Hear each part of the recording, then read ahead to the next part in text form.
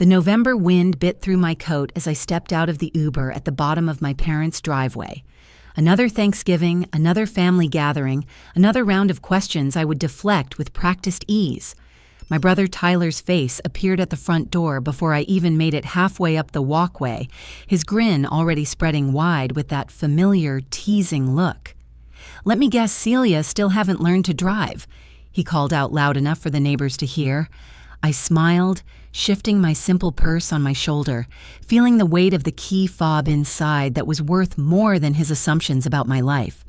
As I climbed the steps to the warm house filled with relatives and the smell of turkey, I prepared myself for what was coming.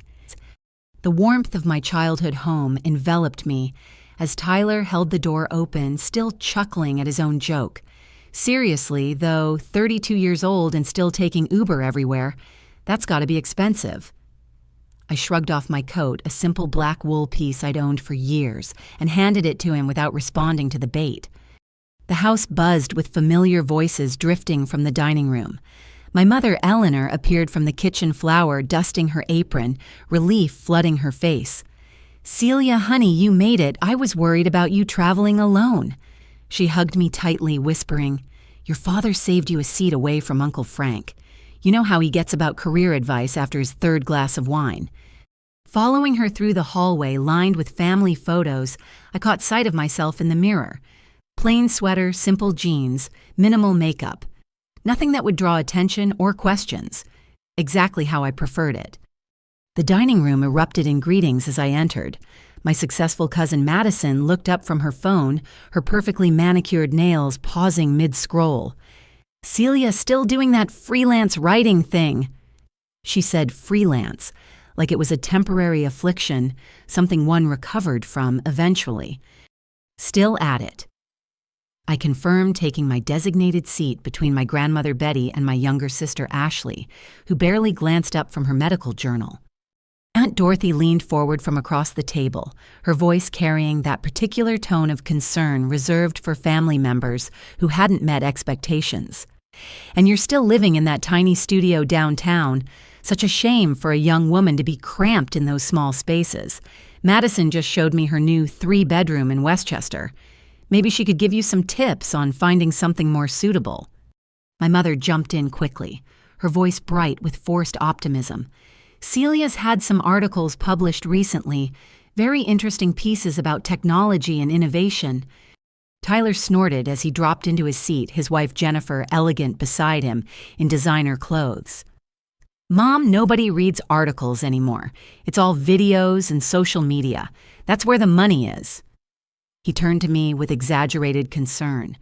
"I offered to teach you to drive years ago. Remember, the offer still stands. Can't build a real life depending on public transportation." Uncle Frank, my father's brother, who owned several car dealerships across the state, cleared his throat meaningfully.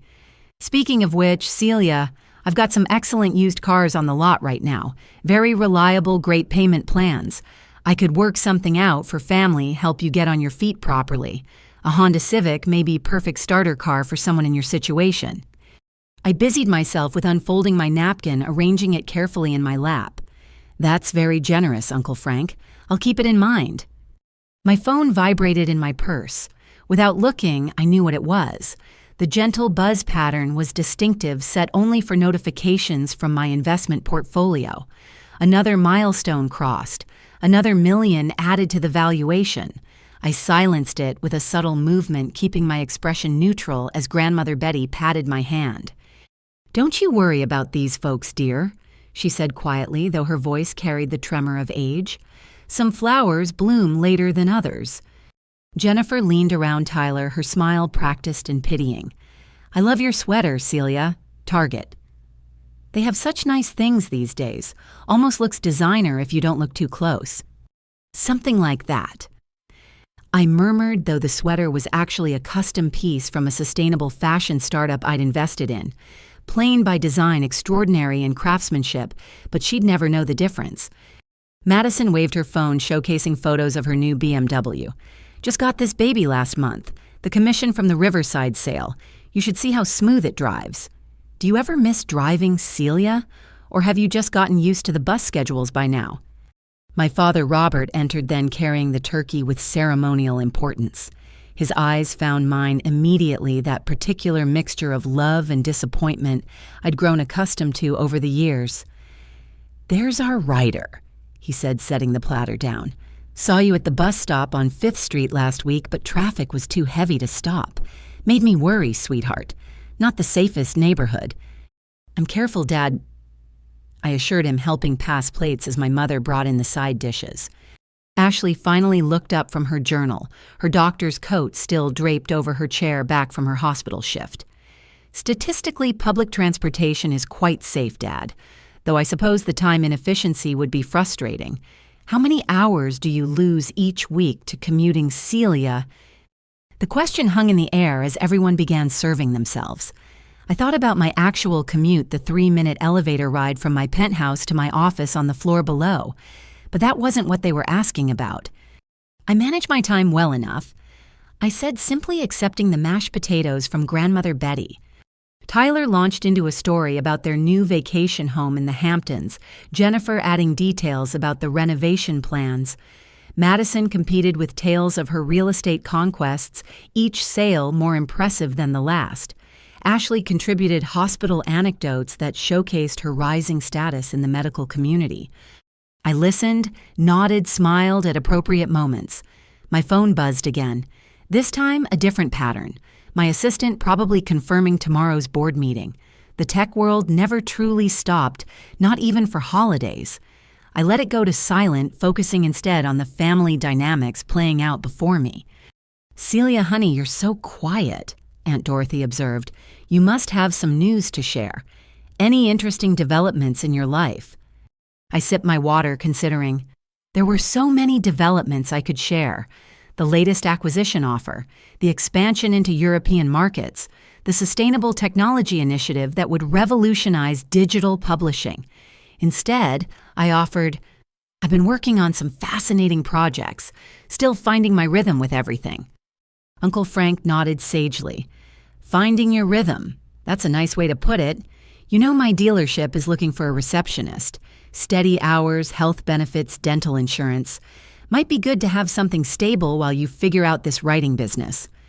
The table murmured approval at his generosity. Madison added, "Stability is so important. I could never handle the uncertainty of freelancing, not knowing where your next paycheck comes from. The stress would kill me." My phone illuminated briefly with another notification. This time I caught a glimpse of the sender. The Forbes editor following up about the 30 under 30 feature. I turned the phone face down, returning my attention to the conversation flowing around me. "Well," I said, reaching for the green beans, "uncertainty has its own rewards sometimes." Tyler laughed, spoken like someone who's never had a car payment. "Trust me, sis. Once you have real responsibilities, you'll understand why the rest of us chose traditional careers." The irony of his statement, considering I'd quietly paid off his student loans last year through an anonymous donation to his loan servicer, was not lost on me, but I simply smiled, letting the assumption stand.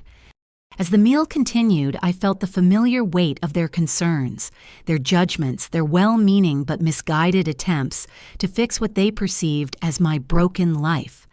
And in my purse, my phone continued its silent celebrations, each notification, another reminder of the gap between their perception and my reality. The conversation flowed on, and I let it wash over me like a familiar tide, knowing that soon enough the truth would surface. But for now, I was content to play the role they'd cast me in: the struggling writer, the family project, the one who needed saving.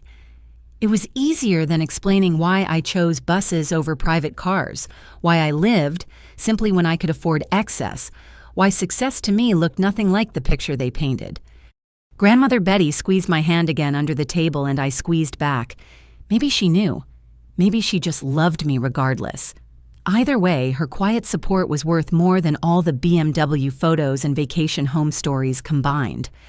The turkey was delicious, the stuffing perfect, and the company exactly as expected. My family in all their flawed, judgmental, loving glory. They thought they knew my story, but they'd only read the cover. The real chapters were yet to come. The main course gave way to comfortable chatter as everyone settled into their seats, more fully wine glasses refilled and guards lowering with each sip. Madison, now on her second glass of Pinot Noir, shifted the conversation with the precision of someone accustomed to controlling negotiations. "So Celia," she began, her voice carrying that false sweetness I remembered from childhood when she'd convinced me to trade my Halloween candy for her better pieces. "I've been meaning to ask about your transportation situation. I mean public buses. In this economy, I did a cost analysis for my clients once, and between the time lost and the indirect routes, you're basically burning money." She pulled out her phone again, the latest model naturally, and began scrolling through photos. "This is my new BMW Series 5. The leather seats are heated and cooled. Massage function too. Sometimes I just sit in the garage and relax after a long day of showings." She held the phone up for everyone to admire, ensuring I had a clear view.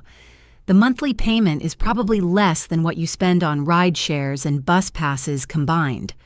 Jennifer nodded enthusiastically, her diamond earrings catching the light. "Oh, I know exactly what you mean about the car being a sanctuary. Our Tesla has this amazing sound system. Tyler, show them that video of the butterfly doors opening." Tyler obliged, producing his phone with practiced ease. "Check this out, Celia, 0 to 60 in 3 seconds. Not that you'd know what that feels like." His laughter had an edge to it, the same tone from when we were kids, and he'd exclude me from games because I was too slow. My father, who had been unusually quiet, finally set down his fork. His expression carried that particular brand of paternal concern that made my chest tighten. "Celia, I need to be honest with you. Your mother and I worry. Just last month, Mrs. Henderson from church mentioned she saw you waiting at the bus stop in the rain. No umbrella, just standing there getting soaked. It broke my heart, sweetheart." I remembered that day. I'd been on a conference call with Tokyo and hadn't wanted to interrupt it by getting into my car where the Bluetooth would have taken over. The rain had been refreshing after 12 hours of negotiations. "I don't mind the rain, Dad," I said gently. "But you should mind," Ashley interjected, her doctor voice emerging. "Do you know how many respiratory infections are caused by prolonged exposure to cold and wet conditions and the bacteria on public transportation?" She shuddered delicately. "I've seen the lab results from bus seat swabs. It's basically a petri dish on wheels." She reached into her purse an elegant Chanel piece that probably cost more than most people's rent and produced a business card. "This is my friend, Dr. Patricia Reeves. She's a life coach who specializes in helping people get unstuck. She worked wonders for my colleague who was struggling to launch." The card slid across the table toward me with surgical precision. "A life coach." I picked up the card, studying it to avoid meeting anyone's eyes. "That's thoughtful, Ashley." "It's more than thoughtful, it's necessary," she pressed on. "You're 32, Celia. By your age, I had my medical degree, my residency lined up, and a clear 5-year plan. Where's your 5-year plan?" Tyler jumped back in, warming to the theme. "She's right. I mean, look around this table. Everyone here has made something of themselves. Real careers, real assets. Even Jennifer's younger sister just bought her first rental property, and she's only 25. Jennifer nodded sagely. "It's all about mindset, really. Have you read Rich Dad, Poor Dad Changed My Life? I could lend you my copy. It's highlighted and everything." Uncle Frank had been cutting his turkey with methodical precision, but now he looked up, his expression serious. "You know, Celia, I've been in business 40 years. Started with 1 used car lot, now I have 7 dealerships. You know what the difference was between me and the guys who failed transportation? Couldn't make the early morning auctions without a reliable car. Couldn't meet clients across town. Your vehicle is your first business asset." He pointed his fork at me for emphasis. "That receptionist position I mentioned, I'm serious about it. $22 an hour to start full benefits package. Marcy's retiring after Christmas. You could start fresh in the new year. Get yourself a decent car with the employee discount. Nothing fancy, just reliable. Build from there." Madison snorted softly. "22 an hour, I make that in 6 minutes on a good commission. But I suppose for someone in Celia's position, it would be a step up from whatever freelance writing pays. What does freelance writing pay, by the way? The table turned to look at me expectantly. I took a careful bite of stuffing, chewing slowly while I formulated a response. The truth was, I hadn't actually looked at my personal compensation in months. When your company operates in the millions, individual paychecks become almost quaint. It varies, I said finally. Project-based work fluctuates. Fluctuates, Robert repeated, his voice heavy. That's what worries me. No stability, no security. What happens when you're sick? Who pays for your insurance? What about retirement? I have insurance, Dad. I assured him not mentioning it was a platinum executive plan that covered everything from basic checkups to experimental treatments at Mayo Clinic. Ashley leaned forward, her expression serious. But do you have a 401k employer matching stock options? These things matter, Celia. Compound interest is the eighth wonder of the world. Tyler laughed outright.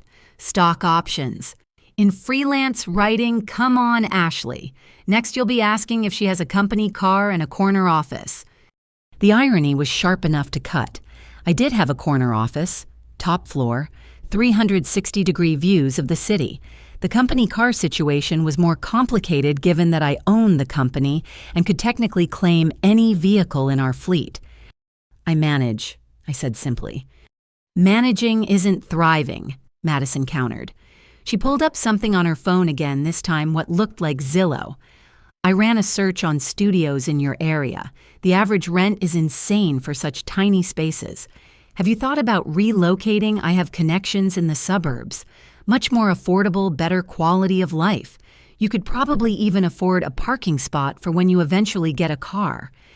Jennifer had been whispering with Tyler, and now she spoke up. We've been discussing it, and we want to make an offer. Our guest suite is just sitting empty. You could stay with us for a few months, save up money, get your life together. It has its own entrance, so you'd have privacy. The offer hung in the air like a challenge. Around the table, faces showed various degrees of approval for this generous solution to the problem of me. That's incredibly kind, I began, but Tyler interrupted. It's not about kindness, it's about family helping family. You've been struggling alone for too long, Celia. Time to swallow your pride and accept help. Grandmother Betty had been silent throughout this interrogation, but now she spoke softly. Pride isn't always a bad thing. Sometimes it's all a person has. With all due respect, Grandma. Madison said, her tone suggesting very little respect. Indeed, pride doesn't pay bills or buy cars or secure futures. Celia needs practical help, not platitudes. The financial advisor family friend David Chen had been invited, as he had been for the past 5 years since helping my parents with their retirement planning. He'd been silent throughout dinner, but I noticed him glancing at me periodically with an expression I couldn't quite read. My phone buzzed again, this time with a pattern I recognized as urgent. 3 short pulses. My CFO only used that code for major developments. I ignored it, focusing on the concerned faces around me. I appreciate everyone's concern, I said carefully. Really, I do, but I'm doing fine. Fine. Robert's voice cracked slightly. Sweetheart, fine is what people say when they're drowning, but too proud to ask for a life preserver. Your mother cries sometimes, wondering where we went wrong, why you're struggling when we gave you every opportunity. Eleanor shot him a look but didn't deny it. The guilt was a familiar weight, one I'd carried since choosing to hide my success rather than share it. You didn't go wrong, I said softly. I'm just on a different path. A path to nowhere, Tyler muttered, but loud enough for everyone to hear. Look, I'm going to say what everyone's thinking. You're the oldest child. You're supposed to set an example. Instead, Ashley and I have to make excuses for you. Do you know how embarrassing it is when our friends ask about our freelance writer sister who takes the bus everywhere? The word embarrassing hit harder than I expected, not because it was true, but because it revealed so clearly how he saw me, how they all saw me. The family failure, the cautionary tale, the one who couldn't quite launch. David Chen cleared his throat softly. If I may, he began, but I caught his eye and shook my head minutely. He subsided, but his expression remained thoughtful. "I think," Grandmother Betty said into the silence, "that we should remember what Thanksgiving is actually about. Being grateful for family, regardless of their circumstances." "Of course we're grateful," Dorothy said quickly. "That's why we're trying to help. What kind of family would we be if we just watched Celia struggle without offering solutions?" The solutions continued to pour forth. Ashley pulled up public transportation crime statistics on her tablet. Madison calculated the opportunity cost of time spent on buses versus driving. Uncle Frank sketched out a 5-year plan on a napkin that started with the receptionist job and ended with me potentially managing one of his smaller dealerships. Through it all, my phone continued its silent notifications. Each buzz another reminder of the strange double life I was living. In one reality, I was a failure who couldn't afford a car. In another, I was debating whether to accept a 9-figure acquisition offer. The contrast was dizzying, but I'd chosen this path. Chosen to see whether my family's love was conditional on success. Chosen to protect relationships from the corruption of money. Chosen to be valued for who I was rather than what I owned. As the dinner plates were cleared and dessert was prepared, I excused myself to use the bathroom. In the quiet of the powder room, I finally checked my phone. 17 missed calls, 43 text messages. The Forbes article had gone live early. My anonymity was about to expire. I looked at myself in the mirror, seeing what they saw. Plain clothes, simple styling, nothing to indicate the truth. But behind my eyes, I could see the exhaustion of maintaining this charade, the weight of their disappointment, the pain of their pity. Soon, I told my reflection. Soon they would know. But not yet. There were more acts to play in this family drama, more assumptions to endure, more offers of salvation to deflect. I returned to the dining room to find them still discussing my situation, plans forming interventions, organizing. The night was far from over, and neither was their determination to save me from a life they couldn't understand I'd chosen. The irony was perfect and perfectly painful. They thought they were rescuing me from failure. In reality, I was trying to rescue us all from the poison of success. The migration from dining room to living room happened gradually, people carrying coffee cups and dessert plates settling into the familiar furniture of my childhood. The room hadn't changed much over the years. Same brown leather couches, same family photos covering the walls, same upright piano in the corner that nobody played anymore. I found myself strategically placed in the center of the main couch, flanked by Ashley on one side and Madison on the other. It felt less like casual after-dinner relaxation and more like a carefully orchestrated intervention. The rest of the family arranged themselves in a semicircle, their faces showing varying degrees of concern and determination. Uncle Frank kicked things off, setting down his coffee with the authority of someone used to closing deals. "All right, Celia, let's talk seriously here. This receptionist position, it's not charity. Marcy's been with me 23 years. She started exactly where you'd be starting, and now she's got a house, 2 kids through college retirement fund that'll let her travel the world. That could be you." He pulled out his phone, scrolling through something before showing me the screen. "This is the benefits package. Health, dental, vision, life insurance, disability coverage. After 90 days, you're eligible for the 401k match. I match up to 6%. Do you know how many people would kill for these benefits?" "Frank's being modest," Aunt Dorothy chimed in. "He's the best employer in the county. Janie's daughter started there last year, and she's already been promoted twice. Of course, she had a car from day one, made it easier to take on additional responsibilities." Tyler had pulled out his laptop, balancing it on his knees with practiced ease. "I've been thinking about this all through dinner. Your problem is branding Celia. Nobody takes freelance writers seriously because there's no barrier to entry. Anyone can call themselves a writer. But look at this." He turned the screen toward me, showing what appeared to be a LinkedIn profile. I had Jennifer's cousin redesign my profile last year. Went from maybe 50 views a month to over 1,000. It's all about positioning yourself correctly. I could introduce you to him, maybe barter some services. You write his website copy, he fixes your professional presence. That's actually not a bad idea, Jennifer added, perching on the arm of Tyler's chair. Personal branding is everything these days, though honestly, Celia, you might want to consider pivoting entirely. Writing is so oversaturated. Everyone thinks they can write because they post on social media. Madison nodded enthusiastically. Exactly. That's why I suggested real estate. The barrier to entry is low, just a licensing exam, but the earning potential is unlimited. I cleared $250,000 last year, and I'm only getting started. You're personable enough, Celia. With some polish, you could do well. She pulled out a folder she'd apparently brought specifically for this purpose. I took the liberty of printing out the pre-licensing course information. It's only 75 hours of study, then the exam. I could mentor you, show you the ropes. We could even do some open houses together until you build your confidence. Ashley had been furiously typing on her phone, and now she looked up with triumph. I just texted Patricia, the life coach. She has an opening Monday afternoon. I'll cover the first session, call it an early Christmas present. She specializes in late bloomers, people who need help finding their direction. Late bloomer, I repeated, tasting the phrase.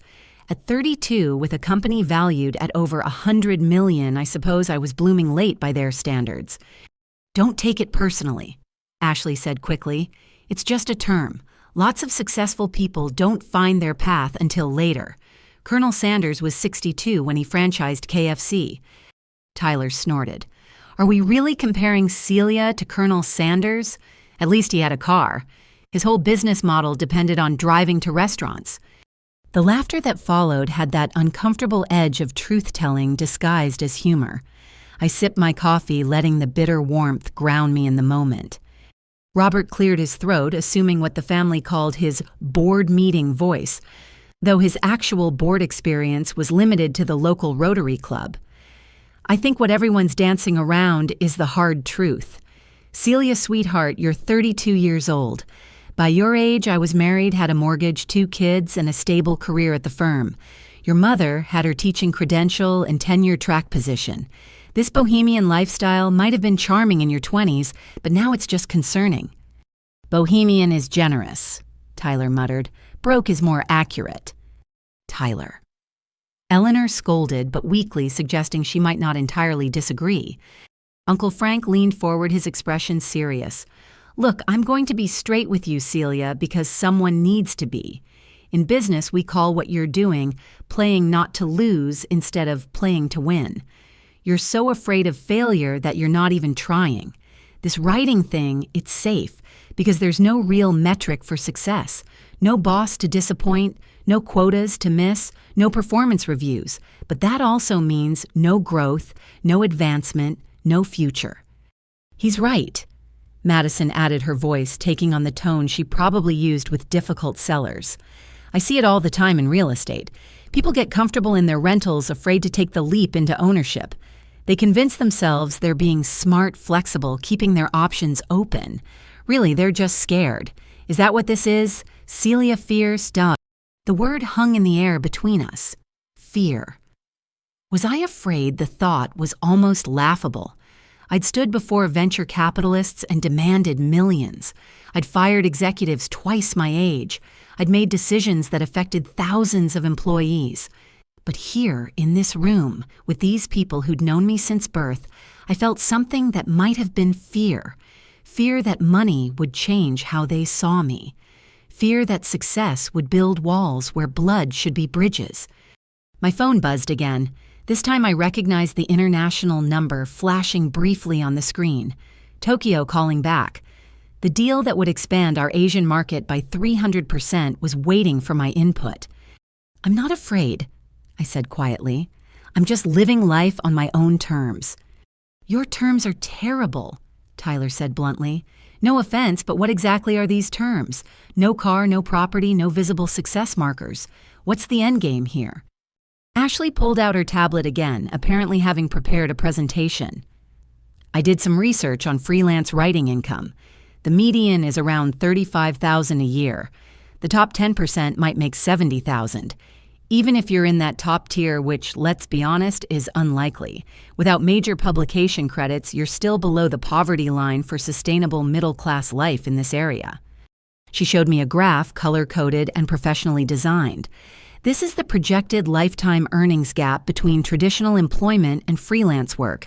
By retirement age, you'll have lost over $2 million in potential earnings, not counting compound interest on investments you couldn't make. Jesus, Ashley. Grandmother Betty interjected. She's not a business case. She's your sister. Which is exactly why I'm doing this, Ashley responded. If she were just anyone, I wouldn't care. But she's family, and family tells hard truths. David Chen, the financial advisor, shifted in his seat. I could see him struggling with something, probably the confidentiality requirements of his profession. He knew the truth about my finances, had probably seen the public filings, the corporation documents. But he said nothing, just watched me with those calculating eyes. Uncle Frank was pulling up something on his phone now. You know what, I'm going to make this even easier. Look, this is Marcy's desk. Corner of the showroom, nice window view, your own computer, printer, the works. I'll even throw in a parking space with your name on it. How's that for a sign of faith? And I'll help with the wardrobe, Jennifer offered. No offense, Celia, but professional presentation matters.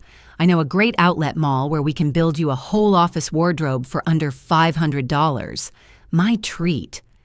The offers kept coming. Madison would waive her usual finder's fee if I wanted to look at apartments. Ashley would cover 3 months of life coaching. Tyler would help with LinkedIn optimization and professional headshots. My parents would loan me money for a car, down payment, interest-free, pay them back whenever I could. The generosity was overwhelming and heartbreaking in equal measure. They were offering everything they thought I needed, not knowing I could buy everything they were offering 1,000 times over. This is a lot to process, I said carefully. That's the problem, Tyler exploded. You always need to process, to think, to consider. Successful people act. They see opportunity and grab it. How many opportunities have you let pass while you were processing? If only he knew. The opportunities I'd grabbed created manufactured from nothing. The processing that had turned a dorm room idea into an empire. But he saw only what I showed him, a sister who couldn't even afford a car. Eleanor had been quiet, but now she spoke, her voice trembling slightly. I just want to know where I went wrong. We gave you the same opportunities as Tyler and Ashley. Same schools, same support, same love. Why are you struggling when they're thriving? The pain in her voice was real, and it cut deep. This masquerade wasn't just hiding my success, it was actively hurting the people I loved. But the alternative, revealing everything, now felt like it would shatter something essential about our family dynamic. You didn't go wrong, Mom, I said. People just take different paths. But your path leads nowhere. Robert's board meeting voice cracked, revealing the father underneath. I lie awake at night wondering what happens when we're gone. Who'll take care of you? How will you survive? Uncle Frank nodded grimly. He's got a point. I've seen it too many times. People coast through their 30s thinking they have time. Then suddenly, they're 50 with no savings, no assets, no options. Is that what you want, Celia? The room fell silent, everyone waiting for my response. My phone screen lit up with another notification. This time, I caught a glimpse of the message preview. Congratulations on the Forbes feature, It began. The universe, it seemed, had a sense of timing. I appreciate everyone's concern. I began, but Tyler cut me off. No, you don't. If you appreciated it, you'd do something about it. You'd take the job, get the car, move forward like a normal person. Instead, you sit there with that little smile like you know something we don't like. This is all beneath you. His accusation hit closer to home than he could have known. I did know something they didn't. This was beneath me, not in the arrogant way he meant, but in the literal sense that my actual life operated on a level they couldn't imagine. Madison was pulling up more listings on her phone. Look, here's a 1-bedroom in Fairfield. Reasonable rent, parking included near the train station for when you're still building credit for a car loan. I could show it to you tomorrow. And I can call Patricia right now. Ashley added, phone already in hand. Lock in that Monday appointment before her schedule fills up. The Corolla will be ready for a test drive whenever you want, Uncle Frank confirmed. Silver low mileage, one previous owner. Reliable as sunrise. They were building my new life in real time, each adding pieces to their vision of my salvation. A reception job, a sensible car, a proper apartment, a life coach to guide the transformation. From their perspective, they were throwing me a lifeline. From mine, they were planning a prison. "Can I ask you all something?" I said suddenly. "What if I'm happy? What if this life you see as failure is actually what I want?" The silence that followed was deafening. They looked at me as if I'd suggested I enjoyed dental surgery or preferred food poisoning. "Happy," Jennifer repeated. "Taking buses, living in a studio, no financial security. Nobody's happy with instability," Madison said firmly. "They might pretend they or might convince themselves it's freedom or artistic integrity or whatever, but real happiness comes from achievement, from building something from success." "Define success," I challenged. Tyler laughed humorlessly. "Seriously, look around this room. Success is Ashley saving lives and earning respect. Success is Madison closing deals and building wealth. Success is me and Jennifer planning for our kids' college funds before we even have kids. Success is not being 32 and taking the bus." Grandmother Betty's hand found mine squeezing gently. "Success," she said quietly, "is different for everyone." "With respect, Grandma," Ashley said, "that's the kind of thinking that enables failure. Success has objective markers: income, assets, professional achievement, social standing. These aren't opinions, they're measurable facts." The room erupted in agreement. Stories poured forth about colleagues who'd thought like me and ended up destitute. Cautionary tales of artistic types who'd prioritized passion over profit and paid the price. Statistics about poverty and retirement. The impossibility of catching up after a certain age. The closing window of opportunity. My phone buzzed one more time. This time, the caller ID showed clearly Forbes magazine. They were probably calling to fact-check something in the article, or maybe to arrange the photo shoot we'd postponed. I declined the call, but not before Tyler noticed. "See, you can't even answer your phone. Probably debt collectors, right? Jesus, Celia. How deep are you in—" "I'm not in debt," I said truthfully. "Sure," he said, clearly not believing me. "Look, I know a good bankruptcy attorney if it comes to that. No judgment. Sometimes you need to wipe the slate clean and start over."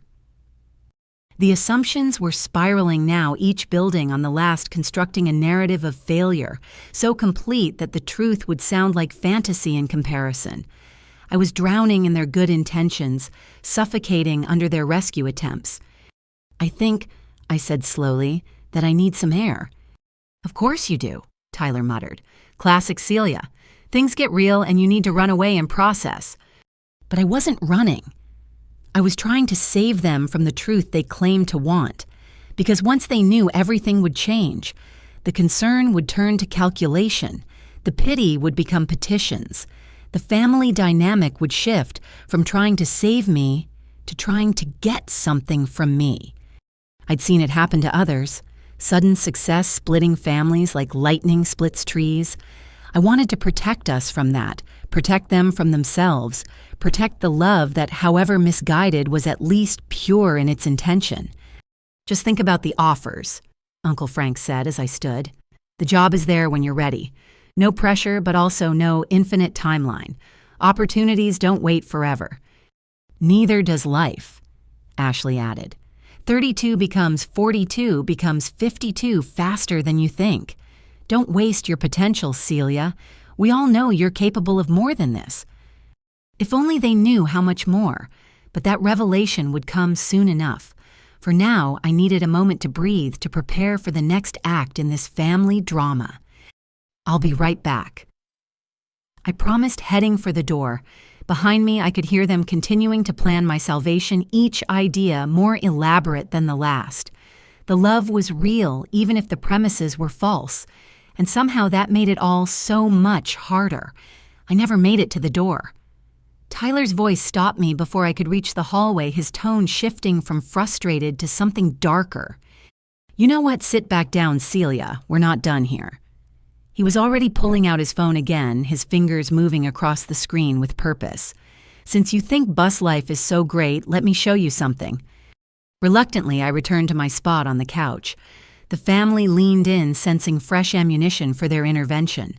Tyler's expression had taken on the look of a prosecutor presenting damning evidence. "Here," he said, showing his phone screen to the room.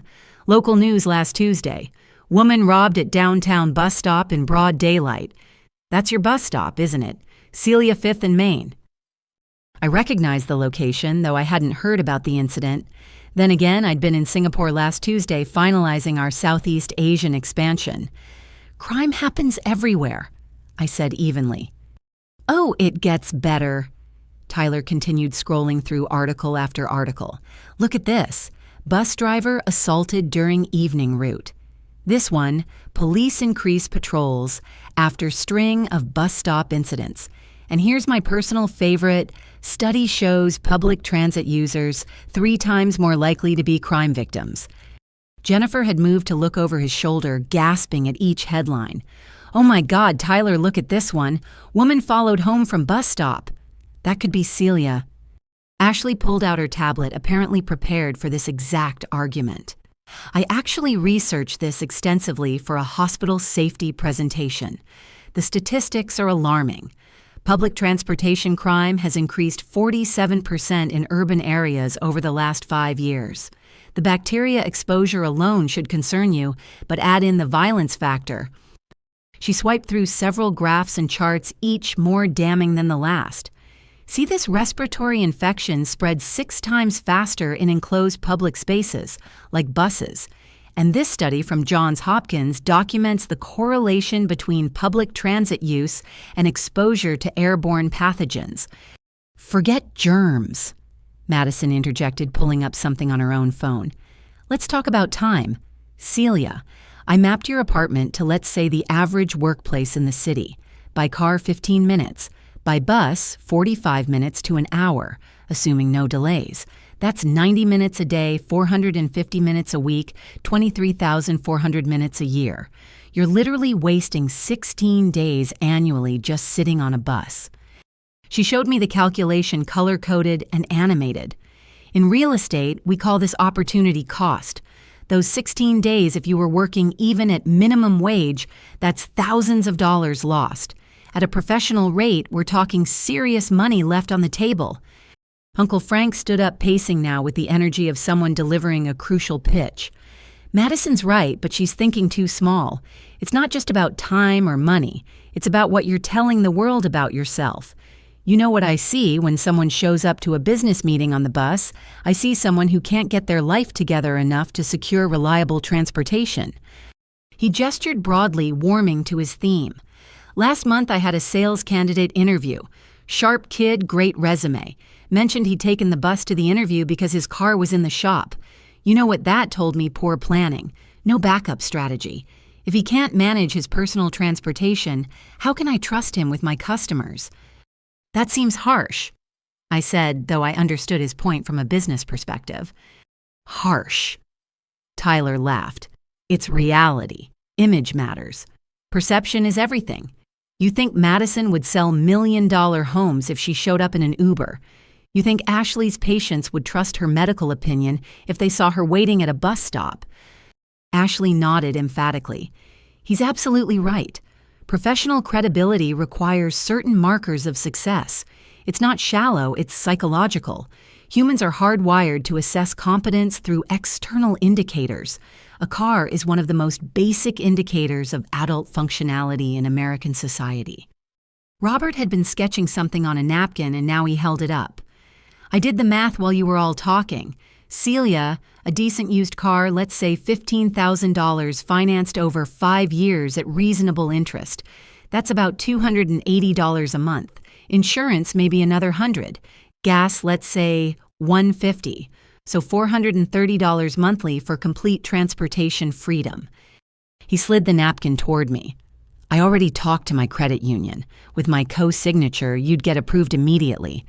4% interest, no money down. You could drive away tomorrow with dignity restored.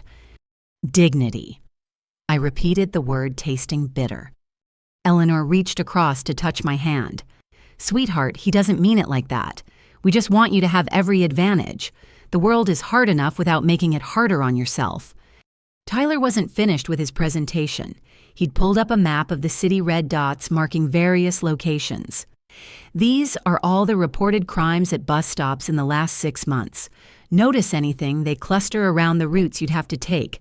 You're literally traveling through the most dangerous parts of the city, because bus routes go where property values are lowest. That's actually an excellent point, Madison added. Real estate patterns follow transportation quality. Good neighborhoods have less public transit because residents don't need it. By relying on buses, you're forced to travel through areas you'd never choose to live in. Jennifer had been whispering with Dorothy, and now they both spoke up. We were just saying, Jennifer began, how this affects dating too. Celia, how do you even meet someone decent without a car? You can't offer to pick them up, can't meet somewhere spontaneous, can't take weekend trips. You're basically advertising that you're not relationship material. That's a bit extreme, Grandmother Betty protested, but even she looked troubled. Is it, though? Ashley pulled up what appeared to be a dating study. According to this research, having a car ranks in the top 5 attractiveness factors for both men and women. It signals stability, independence, and future planning ability. By not having a car at 32, you're essentially removing yourself from the viable dating pool. The assault continued from all angles. Uncle Frank shared horror stories from customers who'd been stranded by bus breakdowns. Tyler calculated the dating radius possible with public transit versus personal vehicles. Madison showed listings for apartments with attached garages, emphasizing how real adults lived. Ashley presented medical cases she'd treated that were directly related to public transit incidents. Through it all, my phone continued its silent symphony of notifications. The Tokyo deal, the Forbes article, the board meeting tomorrow, an entire secret life pulsing beneath the surface of this intervention. Here's what really gets me, Tyler said, his voice taking on a new edge of frustration. You're smart, Celia. You graduated summa cum laude. You had every opportunity we did. So this bus thing, this whole lifestyle, it has to be a choice. And I cannot for the life of me understand why anyone would choose this. Maybe because choices aren't always about optimization, I suggested. Maybe some people value different things. Like what? Madison demanded. What possible value is there in wasting time, risking safety, and limiting opportunities? I thought about my actual reasons, the environmental impact of single-passenger vehicles, the community connections formed on public transit, the thinking time during commutes, the human stories I gathered that informed my business decisions. But none of these would make sense to them in this context. I've met incredible people on buses, I offered, heard stories that changed my perspective, had time to think without the stress of driving. Tyler rolled his eyes so hard I worried they might strain something. Great. You've had nice chats with strangers while successful people drove past you to actual destinations. Very poetic, very impractical. David Chen, who'd been silent through most of this, finally spoke. Perhaps we're approaching this from the wrong angle. Celia, what would it take for you to consider getting a car? What concerns do you have that we could address? It was a lifeline, and I recognized it as such. He was trying to give me an out, a way to gracefully accept help without losing face. But I couldn't take it, not yet. The truth was too close to the surface now, threatening to spill over with every vibration of my phone. I appreciate everyone's concern, I began, but Tyler slammed his hand on the coffee table. Stop appreciating and start acting. Do you know how frustrating it is to watch you waste your life? Do you know how it reflects on all of us? I'm tired of making excuses for why my older sister is a failure. The word hung in the air like a physical blow. Failure. Is that what I represented to him? Years of carefully managed appearances, of deliberate simplicity, of choosing connection over exhibition, reduced to a single ugly word. "Tyler," Eleanor gasped, "apologize right now." "No," he said firmly. "I'm done enabling this. Someone needs to say what we're all thinking. Celia is a failure. She's 32 years old, takes the bus everywhere, lives in a tiny apartment, and has no visible means of success. If that's not failure, what is?" Ashley placed a hand on my shoulder, but her words supported Tyler. "He's expressing it harshly, but the sentiment isn't wrong. By every objective measure, you're not thriving. We're trying to help because we love you, but love sometimes means hard truths." The room erupted in a mixture of agreement and protest. Uncle Frank sided with Tyler about tough love. Dorothy worried about my feelings, but agreed action was needed. Robert struggled between defending his daughter and acknowledging the facts as presented. Eleanor cried quietly, which made everyone uncomfortable. Through it all, my phone kept buzzing. The outside world, my real world, demanding attention I couldn't give. I thought about the employees depending on my decisions, the innovations waiting for approval, the deals hanging in the balance. All of it seemed surreal compared to this moment this family convinced I needed saving from a life they couldn't understand I'd chosen. "You know what?" I said, suddenly standing up. "You're right, all of you. By your measurements, I am failing. I don't have a car, I don't have a mansion, I don't display success in ways you recognize. And maybe that makes me a failure in your eyes." "Celia." Robert started, but I continued. "But I need you all to consider something. What if your measurements are wrong? What if success isn't about cars and square footage? What if it's about something else entirely? Like what Tyler challenged, enlighten us. What's your grand philosophy that justifies wasting your potential?" I looked around the room at these people I loved, who loved me, who were so convinced they knew what was best for me. In a few hours, maybe less, the Forbes article would be public. The truth would out itself. But for now, in this moment, they needed to understand something fundamental. Success, I said slowly, is about being able to look at yourself in the mirror without flinching. It's about knowing your values and living them even when everyone thinks you're crazy. It's about choosing meaning over metrics, purpose over profit, connection over competition. "That's beautiful," Madison said sarcastically. "Very inspirational. Should we needlepoint it on a pillow? Meanwhile, back in reality, you still need transportation." The doorbell rang suddenly, sharp and unexpected. Everyone froze, looking at each other in confusion. We weren't expecting anyone else. "I'll get it," Eleanor said, dabbing at her eyes as she headed for the door. Through the window, I caught a glimpse of something that made my heart skip. A familiar silhouette in the driveway, elegant and unmistakable. The early delivery I'd hoped to avoid. The truth arriving ahead of schedule. But before I could process the implications, Uncle Frank was drawing another diagram, Ashley was pulling up another study, and Tyler was finding more crime statistics. The intervention continued, relentless and loving, and completely missing the point. My phone buzzed once more. This time the message preview was visible to Ashley sitting close beside me. Her eyes widened as she read the words, "Congratulations on your Forbes 30 Under 30. Feature, when can we schedule the cover shoot?" She blinked, looked at me, then at the phone, then back at me. I could see the cognitive dissonance playing across her features. But before she could speak, Eleanor was returning from the door, looking puzzled.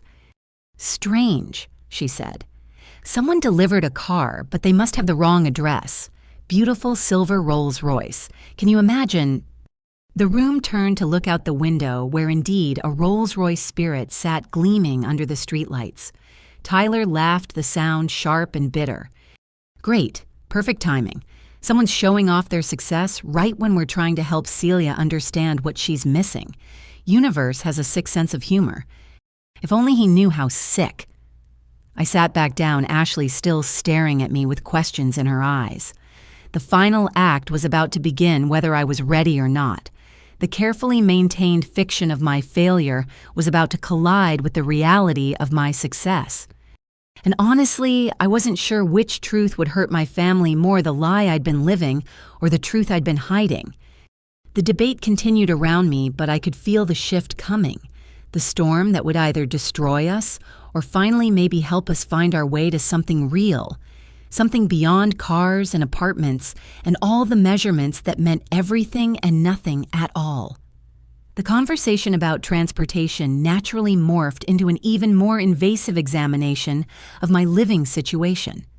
Madison, still energized from her calculations about time wasted on buses, had pulled out her iPad and was now projecting the screen onto the TV using some app I didn't recognize. "All right, everyone look at this," she announced with the authority of someone about to deliver a TED Talk. I pulled up the average listings in Celia's neighborhood. Studio apartments, which is what she claims to have, range from 800 to 1,200 square feet. That's smaller than most people's garage. The Zillow map appeared on screen, little dots marking available properties.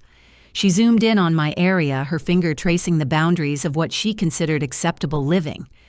"Now look at this area over here." She continued shifting the map slightly east. "Similar pricing, but you get actual one-bedrooms. Some even have parking included. The crime rate is 40% lower, there's a Whole Foods within walking distance, and the school district is excellent for when you eventually think about the future." "She doesn't need to worry about school districts," Tyler interjected. "She'd need a relationship first, and we've already covered how that's going." Jennifer nodded sympathetically.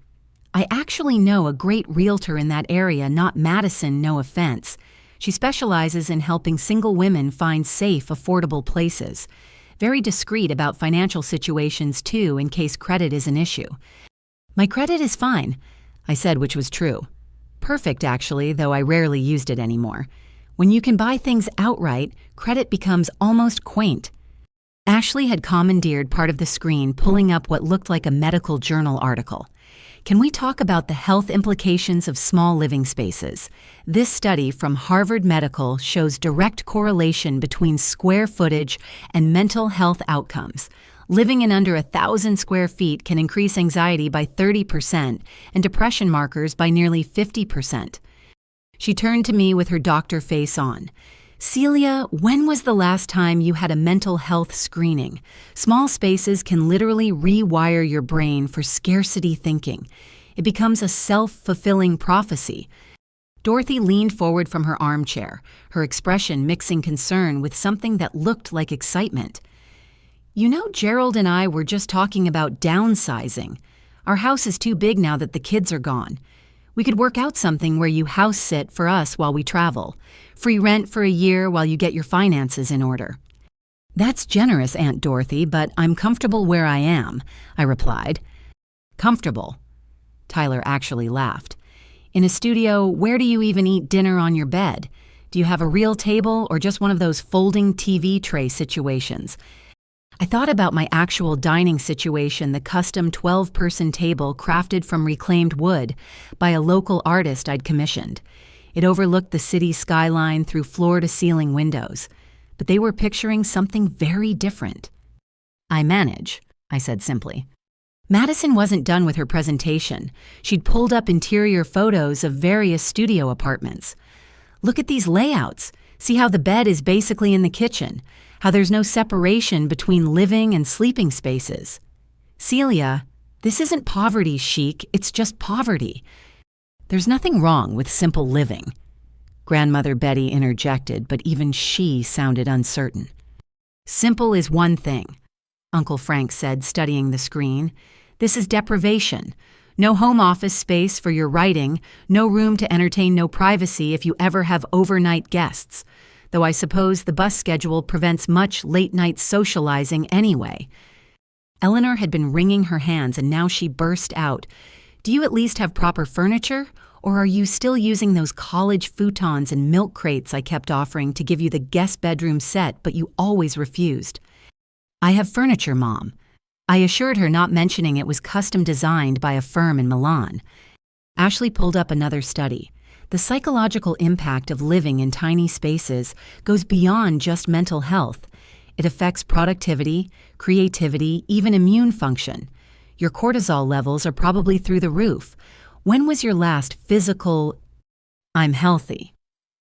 I said which was true. My executive physical last month had been comprehensive and glowing. Jennifer had been whispering with Tyler, and now she spoke up. We were serious about our offer earlier.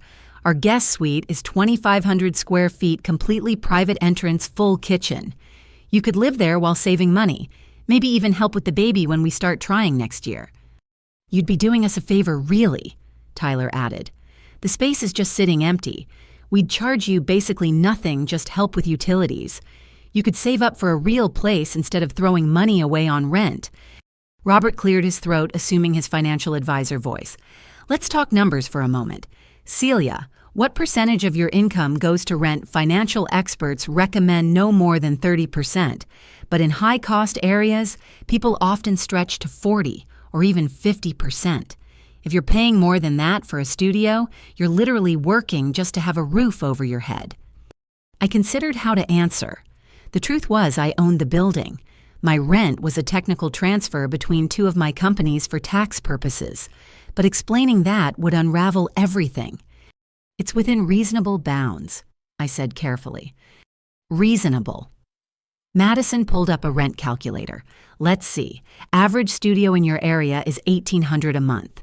If that's 30% of your income, you're making $72,000 a year. Are you making $72,000 a year from freelance writing? Celia? The interrogation had taken on the quality of a financial audit. Everyone leaned in, waiting for my response. The truth was so far from their assumptions, it felt like speaking different languages. Income from creative work isn't always consistent month to month, I said, which was technically true. Some months I made millions, others merely hundreds of thousands. Tyler slapped his knee in frustration. This is exactly the problem: inconsistent income in an expensive studio. You're one bad month away from homelessness. How do you not see how precarious this is? I have savings, I offered. How much? Ashley demanded. 3 months of expenses. 6 months. The recommended emergency fund for freelancers is 12 months minimum. Do you have $22,000 sitting in savings? I thought about my actual savings spread across various accounts and investments. $22,000 was what I earned in interest in roughly 4 hours, but nodding would require explaining how, so I remained silent. Your silence speaks volumes, Uncle Frank said grimly. No car, tiny apartment, no savings buffer. Celia, this isn't independence, it's a house of cards waiting for the slightest breeze. Madison had moved on to mortgage calculators. With your income, assuming you could even document it properly for a lender, you'd qualify for maybe a $150,000 property. That's a condo at best and not in a good area. But even that would be better than throwing money away on rent. Rent isn't throwing money away, I said. It's paying for flexibility and freedom from maintenance. Spoken like someone who's never built equity, Tyler responded. Jennifer and I have gained $60,000 in home value in just 2 years. That's $60,000 we can leverage for investments, improvements, our kids' education. What have you gained from 2 years of rent? Flexibility to run a company without being tied to one location. Freedom to travel internationally at a moment's notice.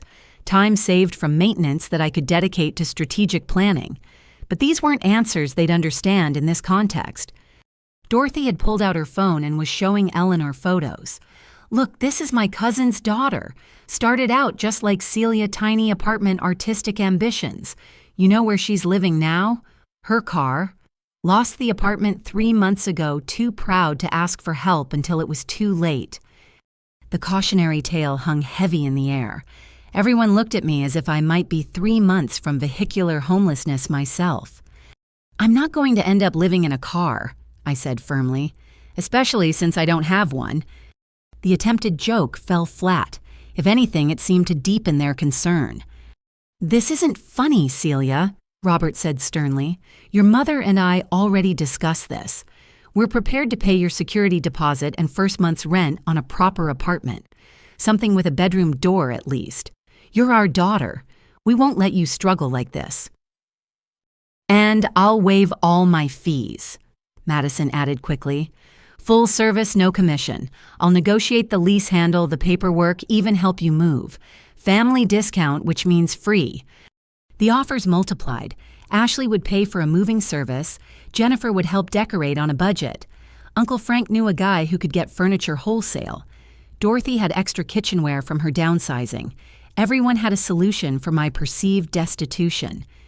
My phone lit up with another notification. This time, the preview showed an image architectural renderings of some kind.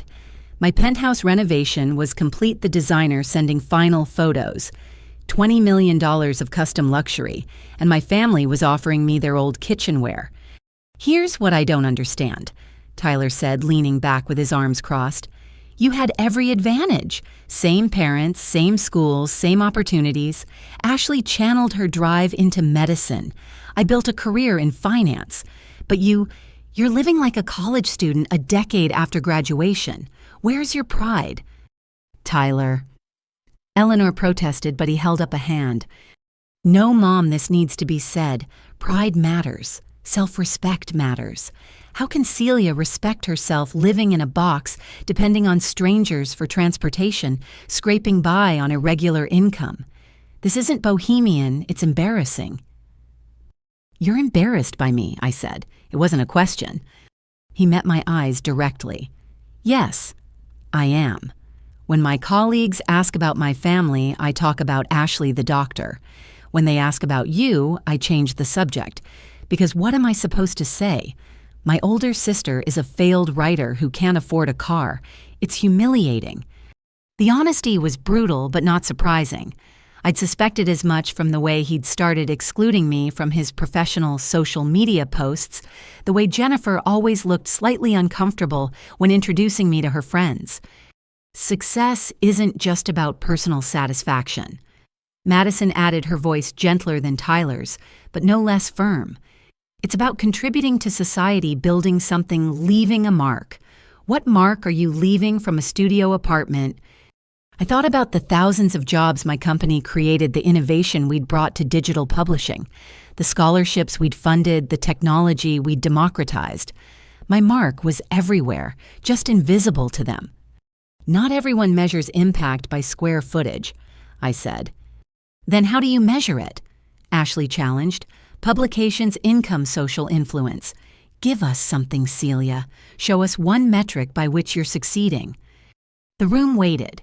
Even Grandmother Betty looked expectant now. They wanted proof of value, evidence of worth, something tangible they could point to and say, see, she's not a failure after all. My phone buzzed again. The Forbes editor persistent as ever. The cover shoot they wanted would make everything public.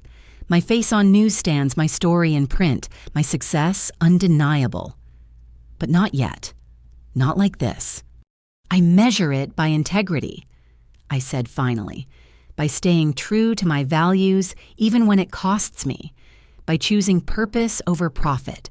By refusing to let money define my worth or my relationships. That's beautiful philosophy, Uncle Frank said dryly. But philosophy doesn't pay rent or buy food or build a future. At some point, idealism has to meet reality. And the reality, Robert added heavily, is that you're 32 living in substandard housing with no clear path forward. Your idealism is starting to look like delusion. The assessment stung because I could see it from their perspective. Every choice I'd made to hide my success looked like failure from the outside. Every decision to live simply appeared as inability to live well. The fiction I'd created had become their truth, and now that truth was suffocating me. We should show her the Pinterest board, Jennifer said suddenly. Tyler and I created it for the guest suite, how we could set it up for you. It's really lovely, Celia. Soft colors, lots of light, actual space to breathe. They pulled it up on someone's phone, passing it around like evidence in a trial. The theoretical space they'd created for theoretical me, the failed sister who needed saving. It was sweet and horrible, and so far from my reality, I wanted to laugh or cry or both. That's thoughtful, I managed. It's more than thoughtful, Eleanor said firmly. It's necessary.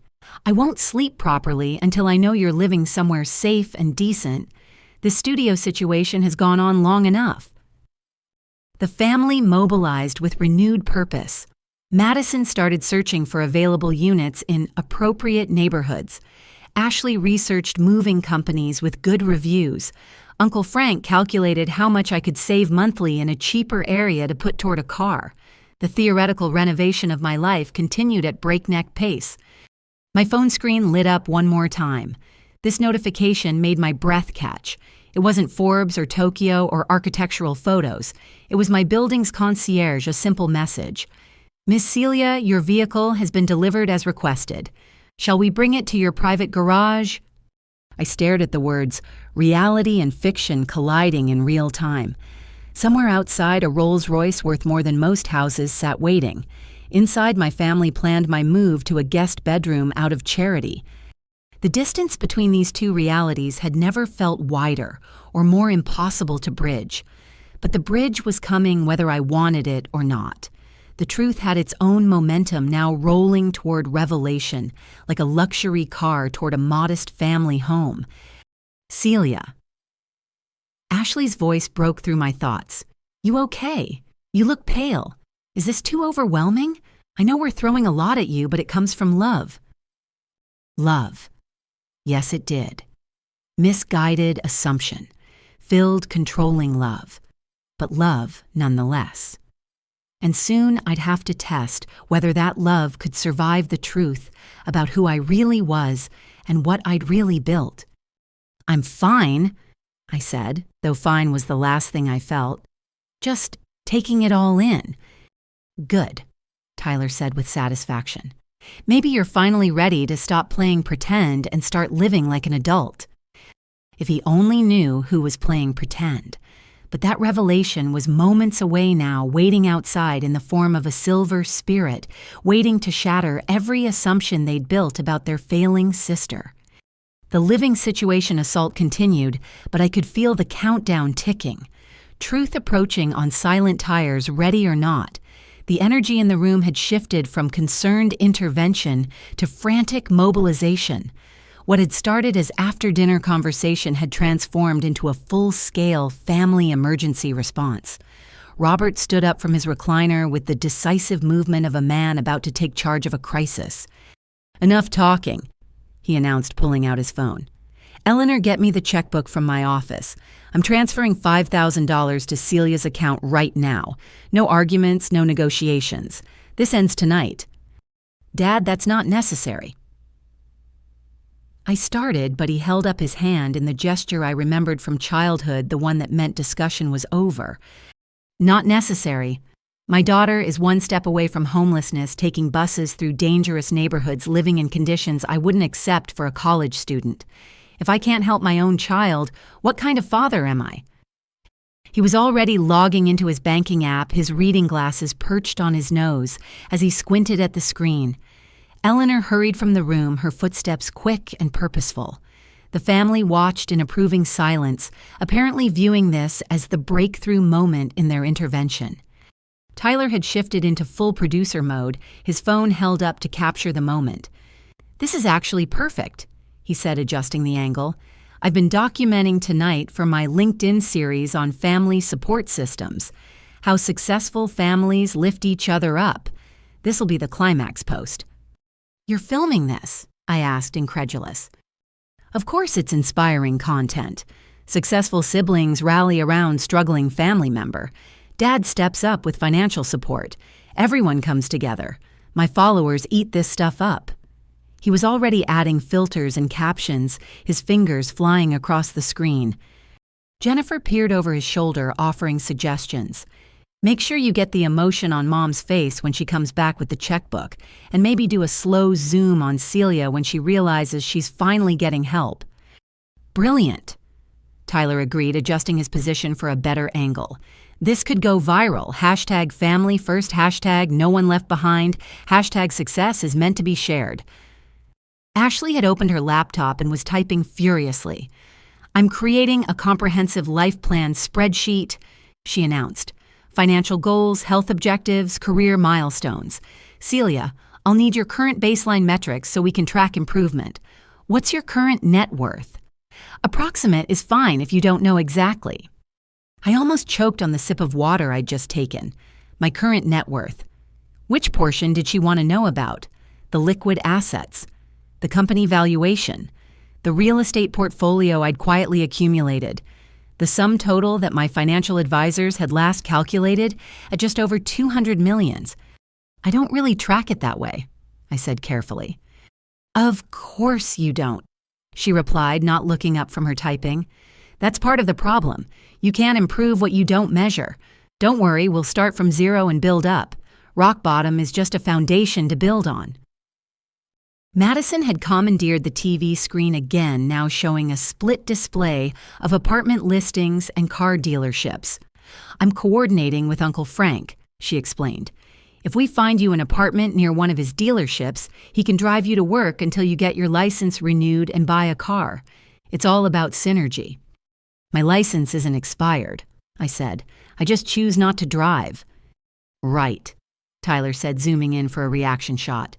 Choosing not to drive, like choosing to be poor. Some choices need to be unmade, sis. Eleanor returned with the checkbook and a small wooden box I recognized from childhood. She set the box on the coffee table with reverence, opening it to reveal neat bundles of cash. This is our emergency fund, she said, her voice thick with emotion. $3,000. We've been saving it for real emergencies, and I can't think of anything more urgent than our daughter's well-being. Mom, no, I protested, genuinely distressed now. That's your security. I can't take that. You can, and you will, Robert said firmly, finishing whatever he was doing on his phone. The transfer is complete.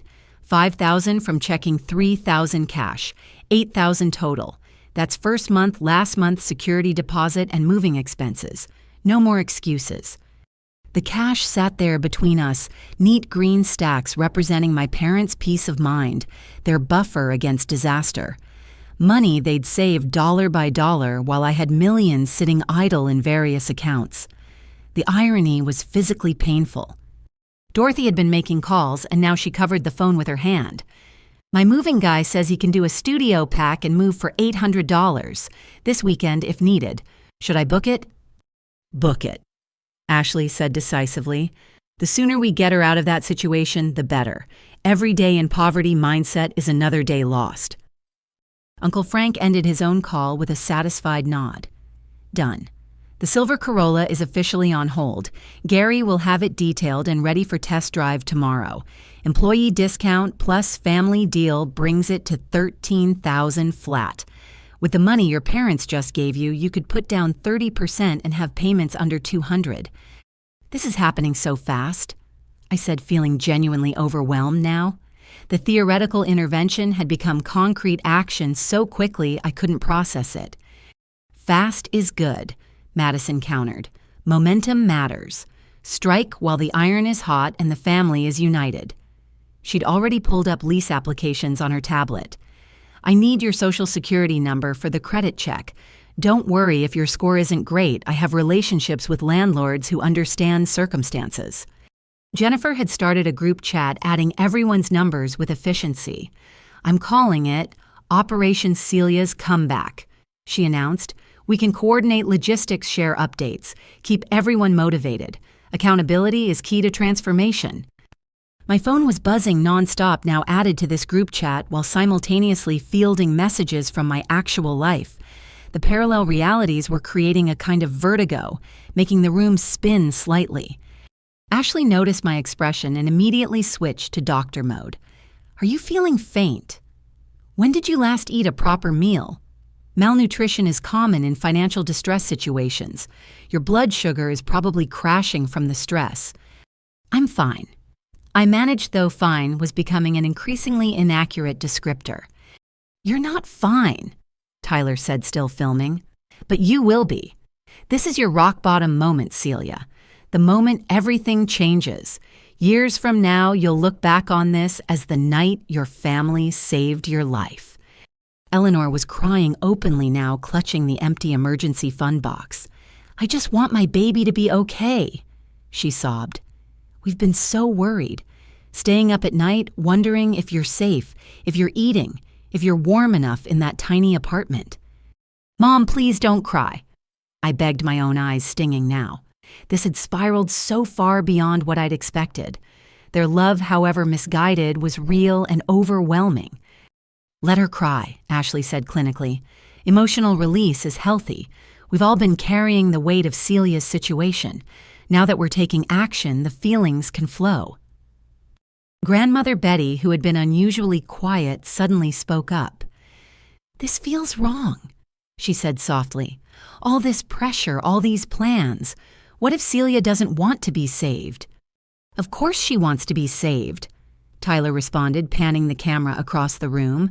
"Look at her life. Who would choose that existence if they had options? We're giving her options." Madison's phone chimed with an alert. Perfect A1 bedroom just came on the market in Riverside. 1,400 square feet, parking included, in-unit laundry. "I can get us a viewing tomorrow morning. The landlord owes me a favor, so approval is basically guaranteed." And Patricia texted back. Ashley added, looking at her phone. "The life coach can see you Monday at 2. I already Venmo'd her the deposit. Non-refundable, so don't even think about backing out." Uncle Frank was drawing on another napkin this time, what looked like a timeline. "Here's how I see it. Tomorrow, test drive the car. Sign the papers if it feels right. This weekend, pack and move. Monday, start the receptionist job and see the life coach. By Friday, you're a completely different person." "A better person," Jennifer added helpfully. "The person you were meant to be before you got lost." The plans multiplied exponentially. Dorothy offered her deceased husband's suits, which could be tailored for professional wear. Robert contacted his barber for a success makeover appointment. Madison scheduled 3 apartment viewings for increasing price points. Ashley booked a full medical workup to establish baselines for improvement. Everyone had their phones out, now typing, calling, coordinating. The group chat exploded with messages, links, motivational quotes. My quiet life was being dismantled and rebuilt in real time by committee. "Stop," I said quietly, but no one heard over the din of planning. Tyler was doing a piece to camera now, his selfie mode capturing his earnest expression. "What you're witnessing, LinkedIn family, is the power of not giving up on someone. My sister hit rock bottom, but we're pulling her up. Success is a team sport." "Stop!" I said louder, standing up abruptly. The room fell silent, everyone turning to stare. "I appreciate what you're trying to do." I began, my voice shaking slightly. "I really do. The love behind it is clear. But this has to stop." "The resistance is normal," Ashley said smoothly, clearly prepared for this. "Change is scary, breaking patterns is uncomfortable, but pushing through that discomfort is how growth happens." "I'm not resisting growth," I said. "I'm resisting the assumption that my life needs this kind of intervention." "Celia," Robert said, his voice heavy with paternal authority, "you're 32 years old, taking public transportation, living in a studio apartment with no stable income. If that doesn't need intervention, what does—" My phone chose that moment to ring the caller ID showing a Japanese number. The Tokyo deal calling at the worst possible moment. I declined it, but Tyler had seen the international format. "Who's calling you from overseas?" he asked suspiciously. "Are you in some kind of trouble? Is that what this is about? Do you owe money to someone?" "I don't owe money to anyone," I said truthfully. "Then why won't you accept help?" Madison demanded. "We're offering everything: money, housing, transportation, job support. What possible reason could you have for refusing?" The truth pressed against my teeth, demanding release. They wanted reasons, I had hundreds, but none that wouldn't shatter this entire dynamic, transform love into calculation, replace concern with requests. Because I said slowly, accepting help means accepting your version of success, and maybe that's not the only version that exists. "Oh my God," Tyler groaned, lowering his phone. "She's really going to stand there in her thrift store clothes with her bus pass in her pocket and lecture us about success. This is delusional." Eleanor clutched Robert's arm. "Maybe we should call someone, a professional. This sounds like depression talking." "I'm not depressed," I insisted. "I'm just different." "Why is that so hard to accept?" "Because different, in your case, means failing." Ashley exploded, surprising everyone with her vehemence. Do you know how it feels to work a 16-hour shift, saving lives, then hear Mom crying about whether you're eating, to achieve everything I've achieved, and still have family gatherings dominated by worry about you? I never asked you to worry, I said softly. We worry because we love you, Robert said, and because you're clearly not capable of taking care of yourself. The evidence is overwhelming. Uncle Frank stood up, his businessman instincts taking over. Here's what's going to happen. Celia, you're going to take this help. You're going to take the job, get the car, move to a decent place. You're going to do it because your family needs you to. Our peace of mind matters too. Emotional blackmail, I asked. Reality check, he countered. Your choices affect everyone. Your failure reflects on all of us. Like it or not, family is connected. Your rock bottom drags everyone down. The group chat was pinging constantly now, plans, solidifying assignments being distributed. My life was being reorganized by committee, and they were doing it with love, which made it so much harder to stop. What if I told you, I said slowly, that everything you think you know about my situation is wrong? Then I'd say, prove it. Tyler challenged, his camera ready. Show us the secret success you're hiding. Show us the great life you've built. Because from where we're sitting, all we see is a woman too proud to admit she needs help. The moment stretched taut between us. Outside, I knew the Rolls-Royce waited patient and gleaming. In my pocket, my phone held evidence of a life they couldn't imagine. The truth was so close, pressing against the fiction with increasing pressure. But not yet. Not like this. Not in anger or frustration or challenge. When the truth came, it had to come with love, or it would destroy everything I'd tried to protect. I can't prove it, I said finally. Not the way you want. All I can ask is that you trust me. Trust that I know what I'm doing, even if you don't understand it. Trust, Madison laughed bitterly. We trusted you to make something of yourself. Look how that turned out. Eleanor stepped forward, the cash from the emergency fund clutched in her hands. Please, Celia, just take the money. Even if you don't use it, just take it so I can sleep tonight knowing you have options. Looking at my mother's tear-stained face, my father's worried eyes, my siblings' frustrated concern, I felt something inside me crack. The weight of their love, misguided as it was breaking through my defenses. Okay, I heard myself say. I'll take it. The room erupted in celebration. Tyler got his viral moment as Eleanor pressed the cash into my hands. Ashley marked something on her spreadsheet with satisfaction. Madison immediately started sending apartment listings to the group chat. Uncle Frank confirmed the car viewing for 9 a.m. sharp. This is just the beginning, Robert said, pulling me into a hug that smelled of aftershave and disappointment. We're going to get you back on track, sweetheart. You'll see. This time next year, you'll thank us. I held the cash, feeling its weight. $3,000 my parents couldn't afford to give, representing safety they were sacrificing for their failing daughter. The irony was a physical pain in my chest. Now, Tyler said, reviewing his footage with satisfaction.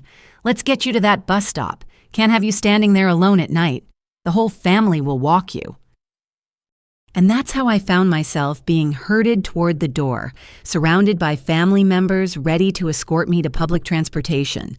The final act of love in their intervention, making sure their charity case made it safely to the bus.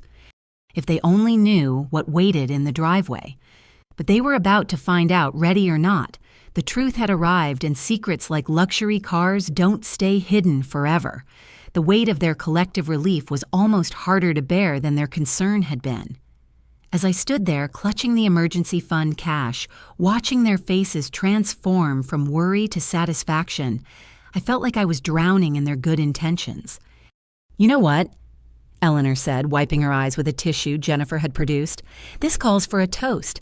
We need to celebrate Celia's new beginning. Excellent idea, Robert agreed, already moving toward the liquor cabinet. I've been saving a bottle of champagne for a special occasion. Can't think of anything more special than our daughter finally accepting help. Tyler was reviewing his footage, making quick edits on his phone. "This is gold," he murmured. "The emotional arc is perfect. Denial, intervention, breakthrough, acceptance. My followers are going to love this journey." "Make sure you blur the amount of cash," Ashley advised. "We don't want to seem like we're bragging about helping. It should be about the gesture, not the number." I sank back onto the couch, the bills feeling heavy in my hands. Each one represented hours of my parents' work, small sacrifices accumulated over time. The $8,000 they'd scraped together wouldn't even cover the sales tax on the car waiting outside. Madison sat beside me, her hand on my shoulder in what she probably thought was comforting solidarity.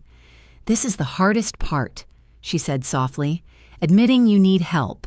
But you've done it, and now everything gets easier. Trust me, I've seen it with dozens of clients who were underwater. The moment they stop pretending and accept reality is when their lives turn around." "Speaking of which," Uncle Frank interjected, still business-focused, "we should talk about financial literacy. Celia, when you start the receptionist job, I want you to meet with my financial planner. First consultation is free for employees. He'll teach you about budgeting, saving, maybe even some basic investing once you're stable." "Investing," Jennifer laughed gently. "Let's master having a checking account that isn't overdrawn first. Baby steps." The champagne cork popped the sound, making me flinch. Robert poured generous glasses for everyone, his movements careful and ceremonial. Even Grandmother Betty accepted a small glass, though she still watched me with those knowing eyes. "A toast," Robert announced, raising his glass. "To Celia for having the courage to accept help, to family for never giving up on each other, and to new beginnings may they lead to the success we all know you're capable of." "To Celia," the room chorused, glasses clinking. I raised my water glass, unable to trust my voice. The champagne bubbles rose and burst, tiny celebrations of my supposed breakthrough. Tyler filmed the toast from multiple angles, directing people to raise their glasses again for a better shot. "Now," Ashley said, pulling up her calendar on her phone, "let's synchronize schedules. I can drive you to the life coach appointment Monday since you'll still be carless. Madison, when are the apartment viewings?" "First one is at 10 tomorrow," Madison confirmed. "Then noon and 2. Different neighborhoods, different price points. We'll find something that works with your budget." "What is your budget, by the way?" Dorothy asked. "Now that you have the $8,000 for move-in costs, how much can you afford monthly?" They all turned to look at me expectantly. I thought about my actual housing budget, which was essentially unlimited. The penthouse had cost more than most people's lifetime earnings, and that was before the renovation. "I'll have to review my finances," I said vaguely. "Of course you will," Tyler said with exaggerated patience. "That's what people with financial problems always say. Here's a radical idea, actually review them. Tonight. Pull up your bank statements, face the truth, make a real budget." "I'll help," Jennifer offered. "I'm excellent with Excel. We can create a whole tracking system for you." Eleanor had moved to sit on my other side, sandwiching me between maternal concern and cousin efficiency. "Sweetheart, I want you to know how proud I am of you for accepting help. It takes real strength to admit when you're struggling. Stronger than pretending everything's fine while your life falls apart." Robert added, refilling glasses already. The champagne was loosening tongues and intensifying emotions. Uncle Frank had pulled out his phone again, texting rapidly. "I'm letting Gary know to have the full presentation ready tomorrow. Oil change history, maintenance records, Carfax report. You'll see this Corolla is a solid investment in your future." "Investment might be a strong word for a used Corolla," Tyler commented. "But compared to the bus, it's a Mercedes." "Don't car shame," Ashley scolded. "A reliable vehicle is a victory at this stage. We need to celebrate every win, no matter how small." The group chat was pinging constantly as everyone added their thoughts, suggestions, and assignments. I watched my phone screen light up with notification after notification, each one another bar in the cage they were building with love. Dorothy leaned forward conspiratorially. "You know, once you're settled in a proper place with a car, we should think about your social life. My book club has several lovely single men. Accountants, teachers, stable careers. Nothing flashy, but solid prospects for someone in your situation. Let's get her life together before we inflict her on innocent men, Tyler suggested, though his tone had softened with the champagne and the perceived victory. Dating can wait, agreed Ashley. First priorities, housing, transportation, income, stability. Then we can work on relationships, social connections, long-term planning. They were mapping out my life in stages, each phase building on the last, all leading toward their definition of success. The irony that I was already living beyond their wildest dreams wasn't lost on me, but the cash in my hands reminded me why I'd chosen this path. I should probably head out soon, I said quietly. Don't want to miss the last bus. The last bus, Madison repeated, shaking her head. God, I can't wait until that phrase is extinct from your vocabulary. This time tomorrow you'll be signing papers for a car. Can you imagine your own steering wheel, your own keys, freedom to go anywhere, anytime? We'll all walk you to the bus stop, Eleanor announced. I want to see where you've been waiting all these years. Need to picture it so I can properly appreciate when it's behind you. That's really not necessary. I protested, but the family was already mobilizing. Of course it's necessary, Robert said firmly. What kind of family would we be sending you off alone after everything we've discussed tonight? Besides, I want to see these dangerous bus stops Tyler's been talking about. Tyler was already at the door holding people's coats. This is perfect, actually. Final scene of tonight's LinkedIn story. Family united, walking toward the future together. The bus stop becomes a symbol of the past she's leaving behind. Everything's content with you, Ashley muttered, but she was smiling. The intervention had gone according to plan, their wayward sister finally accepting help. The relief in the room was palpable. As we prepared to leave, everyone gathering coats and bags, I caught sight of my reflection in the hallway mirror. Same simple clothes, same unassuming appearance, but now I carried their money and their dreams for my transformation. The weight of both was staggering. Oh, Celia, Jennifer said suddenly, should we order you an Uber instead? I mean, if you're carrying all that cash, public transportation might not be safe. She's been taking the bus for years, Tyler pointed out. One more night won't kill her. Besides, this is the last time. Tomorrow begins the new chapter. The last time. Eleanor repeated, tears threatening again. My baby's last bus ride as a struggling woman. Next time we see you, you'll be driving your own car to your new apartment from your stable job. The fiction was so complete now, so detailed and developed, that reality felt like the dream. But outside, the Rolls-Royce waited with patient elegance, about to shatter every carefully constructed assumption. Ready? Robert asked, holding the door open. Let's go see this bus stop that's been such a big part of your life. Maybe we should take a photo document the moment everything changed. Everything changes. I agreed softly, knowing how true that was about to become. The family filed out, chattering excitedly about tomorrow's plans. I followed their cash in one pocket, my phone in the other, two different worlds, about to collide in the most spectacular way. The night air was crisp, carrying the scent of autumn leaves and impending revelation. As we walked down the driveway, Tyler narrating for his camera, Madison pointing out nice cars I'd soon be able to afford. Ashley listing the health benefits of driving over public transit, I saw it. The Rolls-Royce sat under the streetlight like a silver secret waiting to be discovered. The family hadn't noticed yet, too busy planning my salvation to see the truth parked right in front of them. Which way to the bus stop? Uncle Frank asked, pausing at the end of the driveway. But before I could answer, Dorothy's voice cut through the chatter. Whose car is that? It's blocking the whole street. One by one, they turned to look. The silence that followed was deafening, broken only by the soft ping of my phone.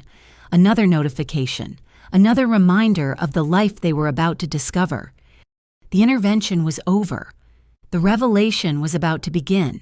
The family stood frozen at the end of the driveway, their chatter dying mid-sentence as they took in the sight before them. The Rolls-Royce Spirit sat beneath the streetlight like something from another world, its silver surface gleaming with an almost ethereal quality.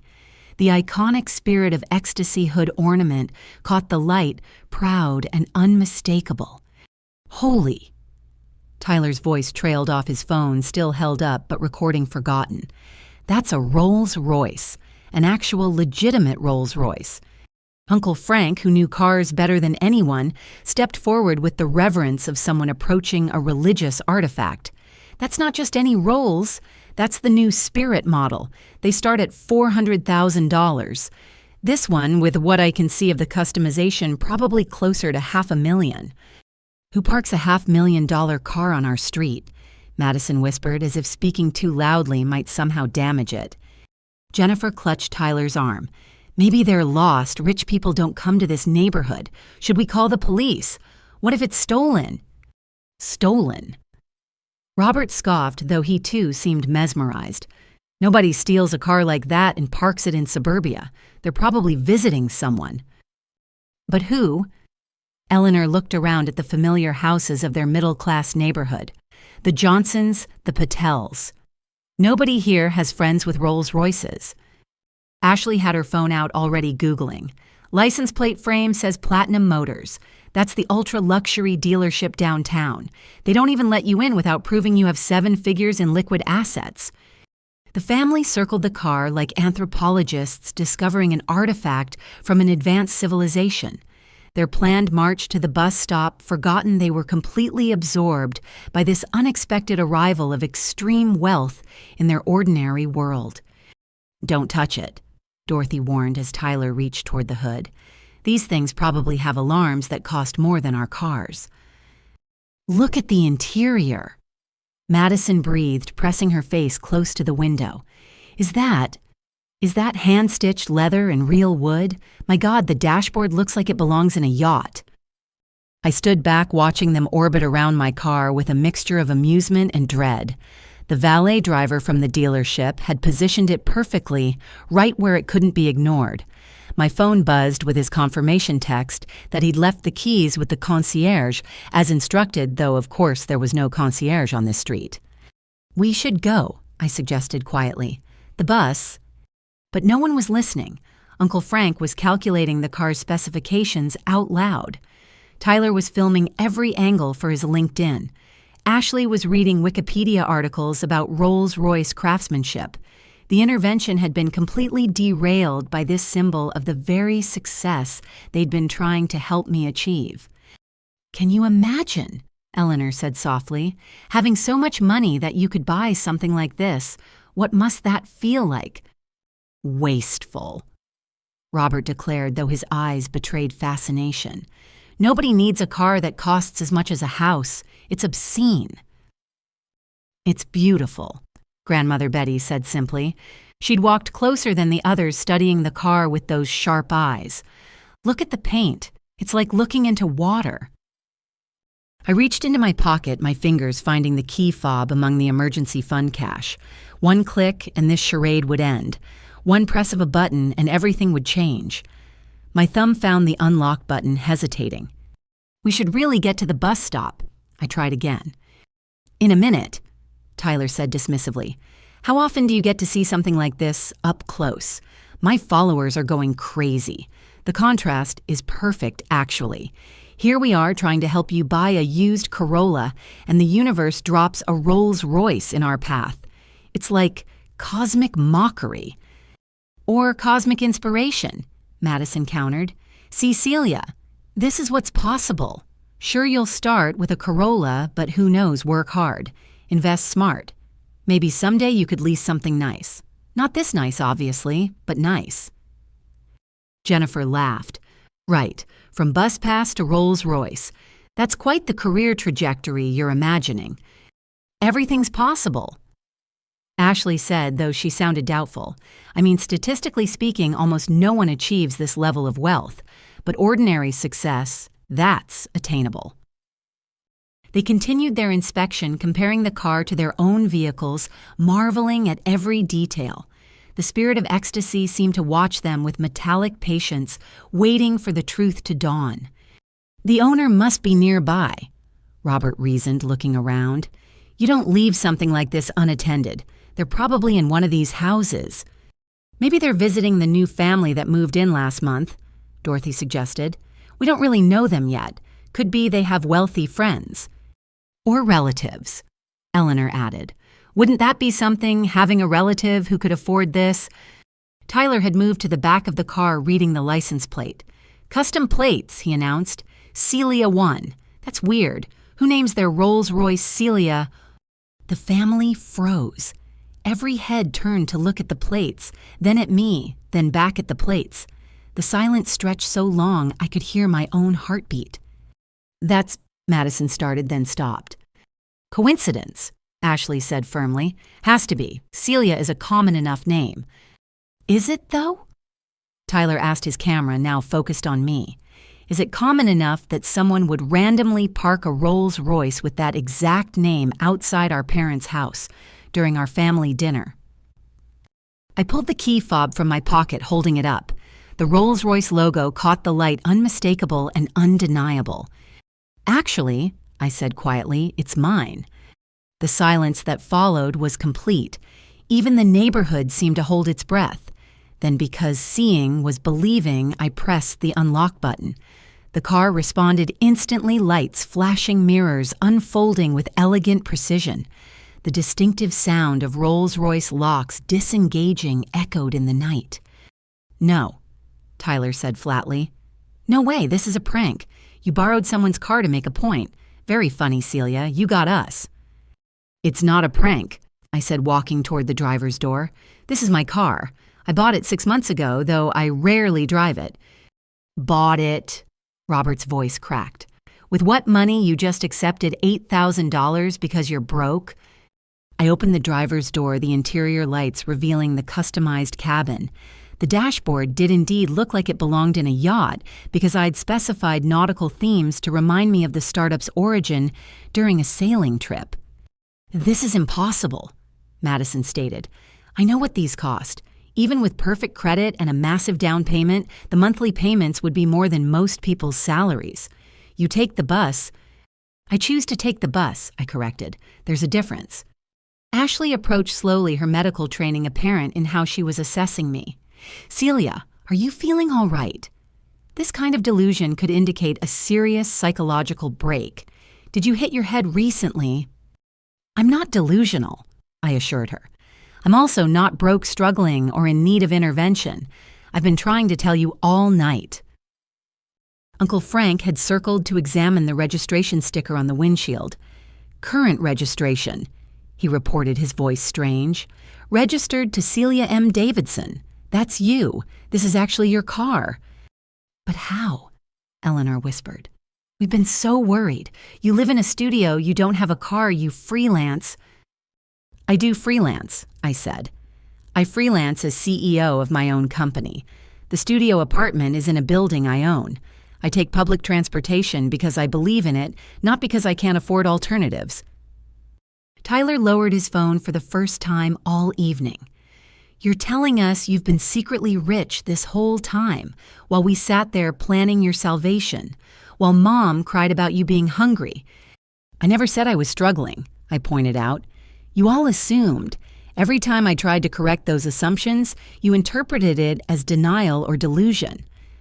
Because normal people who own Rolls-Royces don't take buses, Ashley exploded. They don't wear simple clothes or live in studios or accept emergency funds from their parents. I looked down at the cash still in my hand. My parents' financial security crumpled between my fingers. You're right. I shouldn't have taken this. I'm sorry. Sorry. Robert stepped forward, his face a mixture of confusion and growing anger. You're sorry we've been sick with worry. Your mother hasn't slept properly in months. I offered to co-sign loans thinking you were desperate. And you're sorry. This doesn't make sense, Madison said, shaking her head. Rich people don't hide it. They flaunt it. They network with it. They leverage it. Why would you pretend to be poor? I wasn't pretending to be poor, I said carefully. I was just living simply. There's a difference between not displaying wealth and pretending not to have it. Semantics, Tyler spat. You let us believe you were a failure. Do you have any idea how that felt? Being embarrassed by my own sister, apologizing for you to friends, and the whole time you could buy and sell us all. Jennifer looked genuinely hurt. We offered you our guest room. We thought we were helping family in need. Was that amusing to you, watching us scramble to save you? It wasn't amusing, I said, feeling the weight of their pain. It was heartbreaking. But every time I thought about revealing the truth, I imagined how it would change everything. And I was right.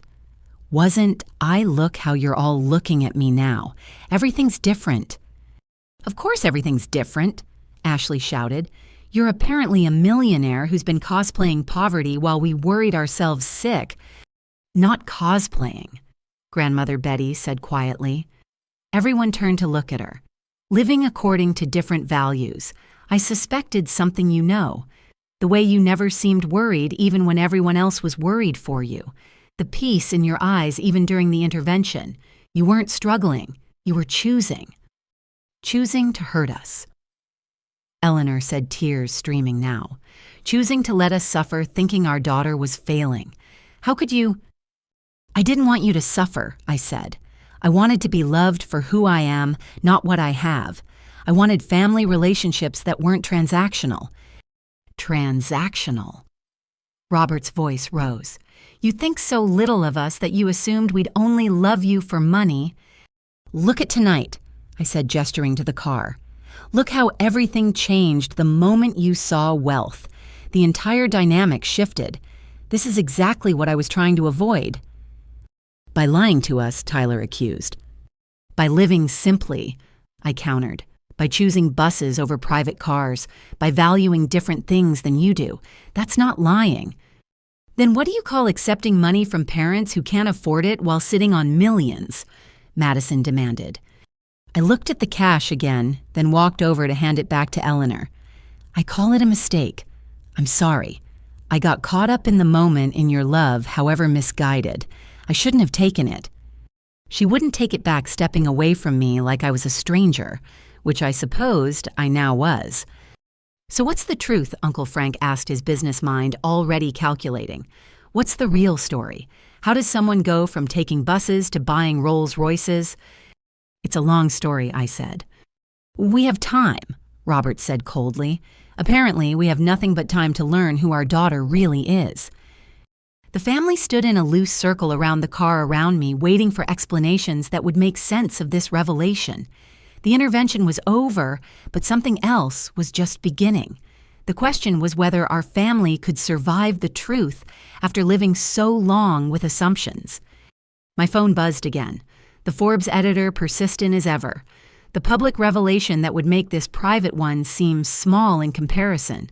But first, I had to face the people who'd loved me when they thought I had nothing and figure out if they could love me now that they knew I had everything.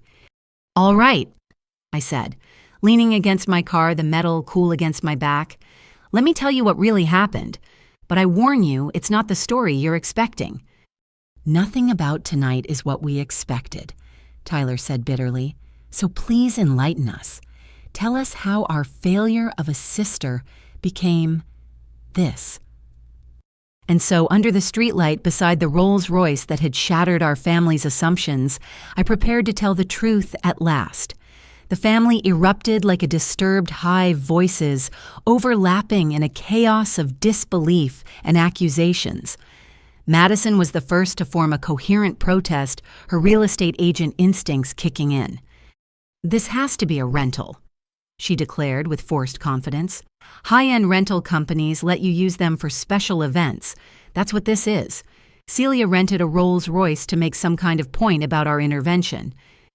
Exactly. Tyler seized on the explanation. It's all about appearances, right? You couldn't stand us trying to help, so you went and rented the most expensive car you could find. What did that cost you? $1,000 a day. $2,000 money you definitely don't have thrown away on pride. Uncle Frank was already circling the car again, his experienced eye examining details. No rental stickers, he muttered. No fleet numbers. This isn't how rental companies operate. He peered closer at the door jamb. Custom paint code, bespoke interior specification number. Rental companies don't do full custom builds. Then she borrowed it, Ashley said firmly, her need for rational explanation overriding evidence. Celia, whose car is this really a boyfriend we don't know about? Someone you're house-sitting for. There's no shame in admitting it. Jennifer nodded eagerly. That makes so much more sense. You're watching someone's house, they let you use their car for the evening. It's actually sweet that you wanted to impress us. Or illegal. Tyler countered his phone out again. What if she stole it? What if this is why she's been so secretive? Oh my God, Celia, are you in trouble with the law? I didn't steal my own car, I said evenly, though my patience was wearing thin. Stop saying that, Madison snapped. Stop pretending this is yours. Do you have any idea what insurance alone costs on a vehicle like this? More than most people's rent, monthly. You live in a studio. I own the building the studio is in. I repeated, though I knew they weren't ready to hear it. Dorothy had been quiet, but now she spoke with ant-like authority. This is clearly some kind of breakdown. The pressure of poverty has made her delusional. We need to get her help. I'm not delusional, I insisted, and I can prove this is my car. Then prove it, Tyler challenged. Show us the registration, insurance. Something real, not just clicking a key fob anyone could have copied. I opened the driver's door wider and reached into the glove compartment. The family pressed closer, eager to expose what they were certain was my elaborate deception. I pulled out the leather folder containing the documents custom embossed with my initials. Registration, I said, handing it to Robert. Insurance, passing that to Ashley. And the original purchase agreement, giving that to Uncle Frank. The night seemed to hold its breath as they read. I watched their faces change denial, giving way to confusion to shock. Robert's hands trembled slightly as he read my name on the registration, the address listed as one they didn't recognize in the most exclusive part of the city. This says you paid. Uncle Frank's voice failed him. He cleared his throat and tried again. This says you paid in full, cash transaction, no financing. That's impossible, Madison whispered. But she was looking at the insurance documents Ashley held. The insurance policy address. That's the Meridian Tower. Those penthouses start at $10 million. $15 million for mine, I corrected, though that was before the renovation. Tyler snatched the registration from Robert, studying it like it might reveal forgery. This has to be fake. Has to be. Nobody buys a $500,000 car with cash while their family thinks they're taking the bus. Look at the date, Eleanor said softly, pointing to the purchase agreement. 6 months ago, when we were organizing a grocery fund for you because we thought you couldn't afford food. The executive parking permit caught Jennifer's eye. Tech Hub Plaza. That's where all the major startups are. Why do you have executive parking there? Because my company's headquarters are on the top 3 floors, I said. Your company? Ashley's voice was strangled. What company? You said you freelance? I do freelance, as CEO of my own company. We revolutionize digital publishing through AI integration. You might have heard of us. Narrative Networks. The silence was deafening. Even the night sounds seemed to pause. Then Ashley's medical bag hit the ground with a thud. Narrative Networks, she whispered. The Narrative Networks, the company that just partnered with Amazon. That was valued at $180 million at last count. I supplied, though the acquisition offers have been higher. No, Tyler said flatly. No, my sister is not secretly the CEO of Narrative Networks. That company was founded by some tech genius who started it in a studio apartment 5 years ago. I finished. Which is why I stayed in the studio even after success. It reminds me where I came from. Uncle Frank was staring at the purchase agreement like it was written in an alien language. The payment authorization code, that's from a private wealth management account, the kind that requires minimum deposits of $10 million. Madison finished her real estate knowledge of high net worth clients, filling in the blanks. Oh my God, you're actually rich, like properly rich. But you took the bus, Jennifer protested weakly. Rich people don't take buses. I take the bus because I believe in public transportation, I explained. Because I care about the environment. Because some of my best business insights came from conversations with regular people on their commutes, not because I couldn't afford alternatives. Eleanor was crying again, but these were different tears. All those times I offered you leftovers thinking you were hungry. I always appreciated the gesture, I said gently. The love behind it was real, even if the premise was wrong. Wrong. Robert's calm had shattered completely. We thought you were failing. I lay awake at night wondering what would happen to you when we died. Your mother made herself sick with worry. I never asked you to worry, I pointed out. I told you repeatedly I was fine. Fine, Tyler exploded. You said you were fine while we planned interventions, while we offered charity, while I told my followers my sister was a failure who needed saving.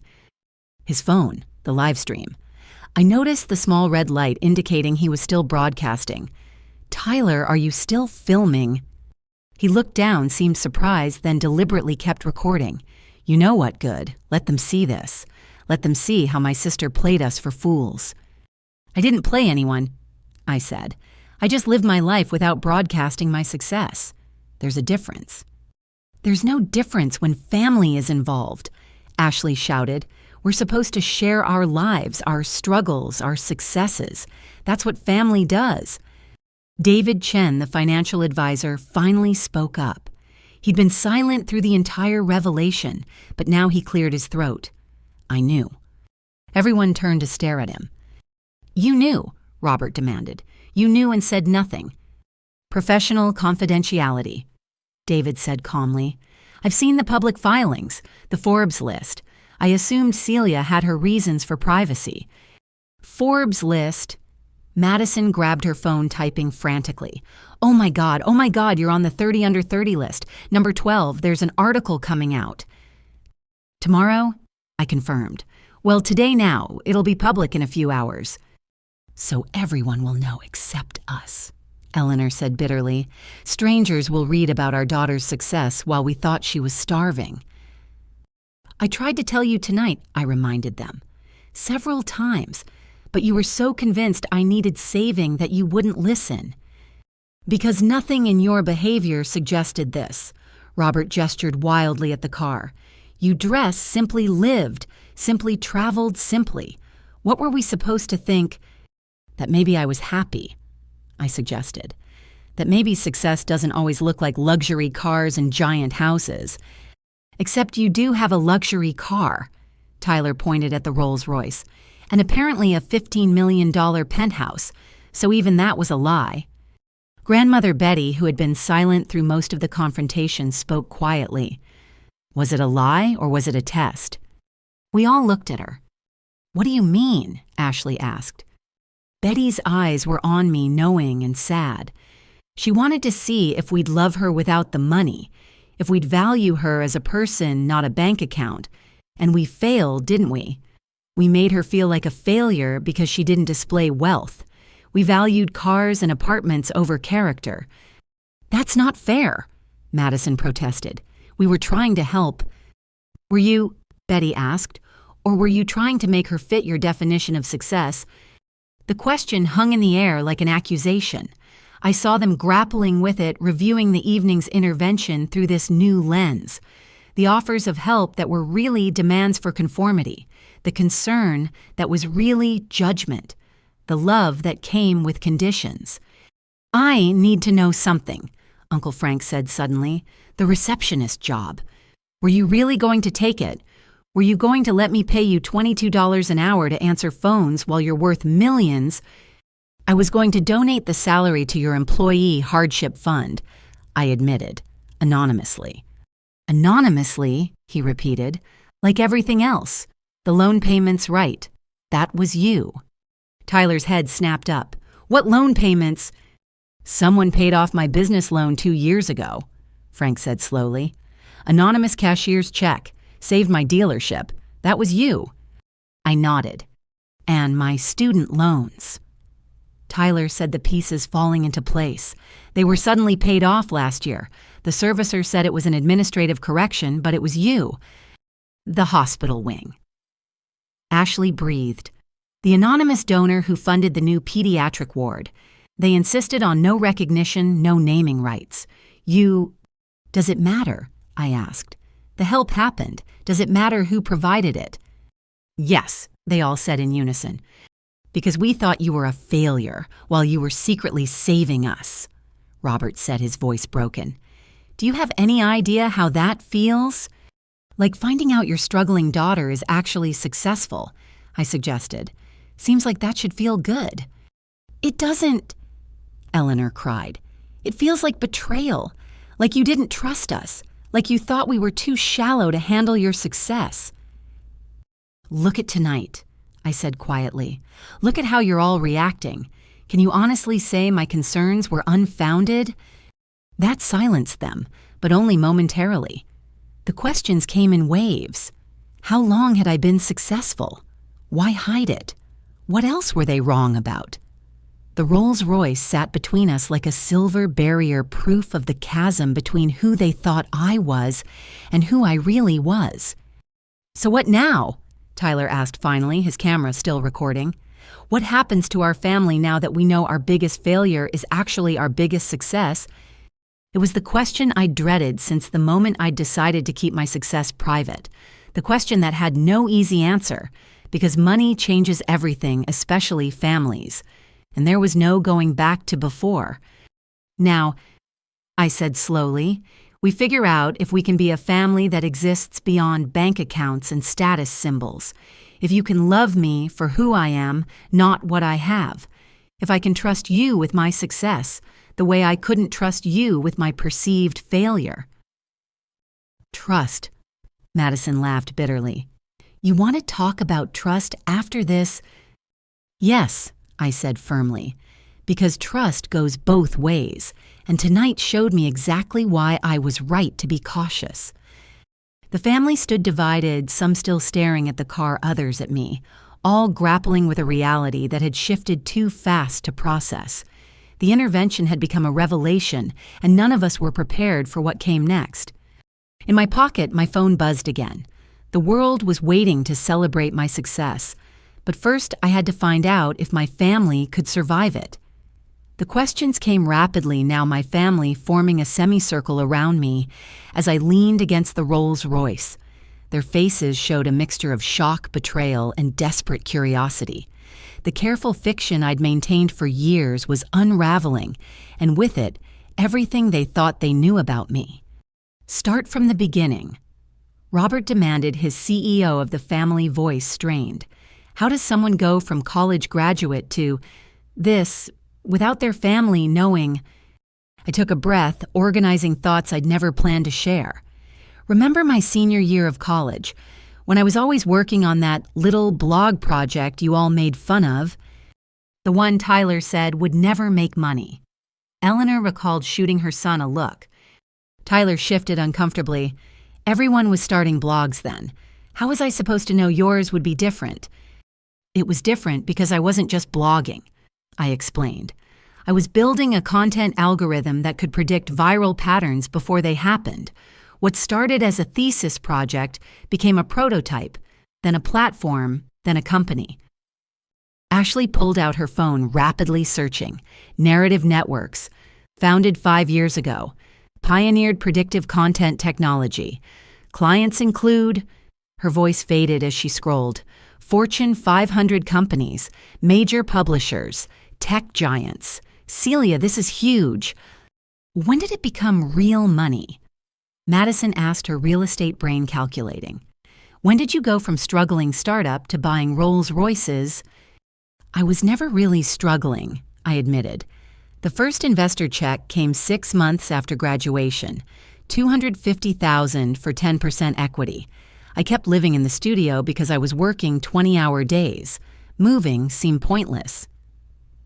$250,000, Uncle Frank whistled. And you didn't tell anyone. What would I have said? Hey, everyone, someone gave me money for an idea. You all would have had opinions, advice, concerns. I needed to focus on building, not explaining. Jennifer looked hurt. We would have been supportive. Would you? I challenged gently. Tonight you all assumed I was delusional when I said I was successful. Why would it have been different then? Because we would have seen the proof, Tyler argued, though he looked uncertain. You saw proof tonight and called it a rental, a delusion theft, I pointed out. Success that doesn't match your expectations becomes impossible to believe. David Chen spoke up again. The Series A funding was $2 million, if I recall correctly. That was year 2. I nodded. Then Series B at $15 million, Series C at $50 million. By then, staying quiet had become habit. And honestly, the bus conversations, the simple lifestyle, the anonymity, it kept me grounded, connected to real people with real problems our technology could solve. So every time we offered help, Eleanor's voice was small. You were showing love the only way you knew how. I finished. I understood that. It's why I never corrected you harshly. Your intentions were good, even if your assumptions were wrong. But the worry, Robert said, rubbing his face. Do you know what it's like to think your child is failing, the sleepless nights, the stress on our marriage as we debated how much help to offer without enabling? I'm sorry, I said, meaning it. I never wanted you to suffer. I just wanted to exist in this family as Celia, not as a bank account or a success story. Well, mission accomplished, Tyler said bitterly. We all thought you were Celia the failure. Hope you're happy. Grandmother Betty spoke up. She was trying to protect something precious. Family relationships uncorrupted by money. Can none of you see that? All I see is deception, Ashley countered. Years of deception. Every family gathering where we worried about you, every offer of help you deflected, every simple outfit that made us think you couldn't afford better. It was all a lie. It wasn't a lie, I insisted. I do prefer simple clothes. I do ride the bus by choice. I do live in a studio, even if I own the building. Those things are true. Half-truths, Madison corrected.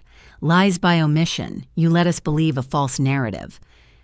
Like the narrative that success only looks one way, I asked. That wealth must be displayed. That taking the bus means failure.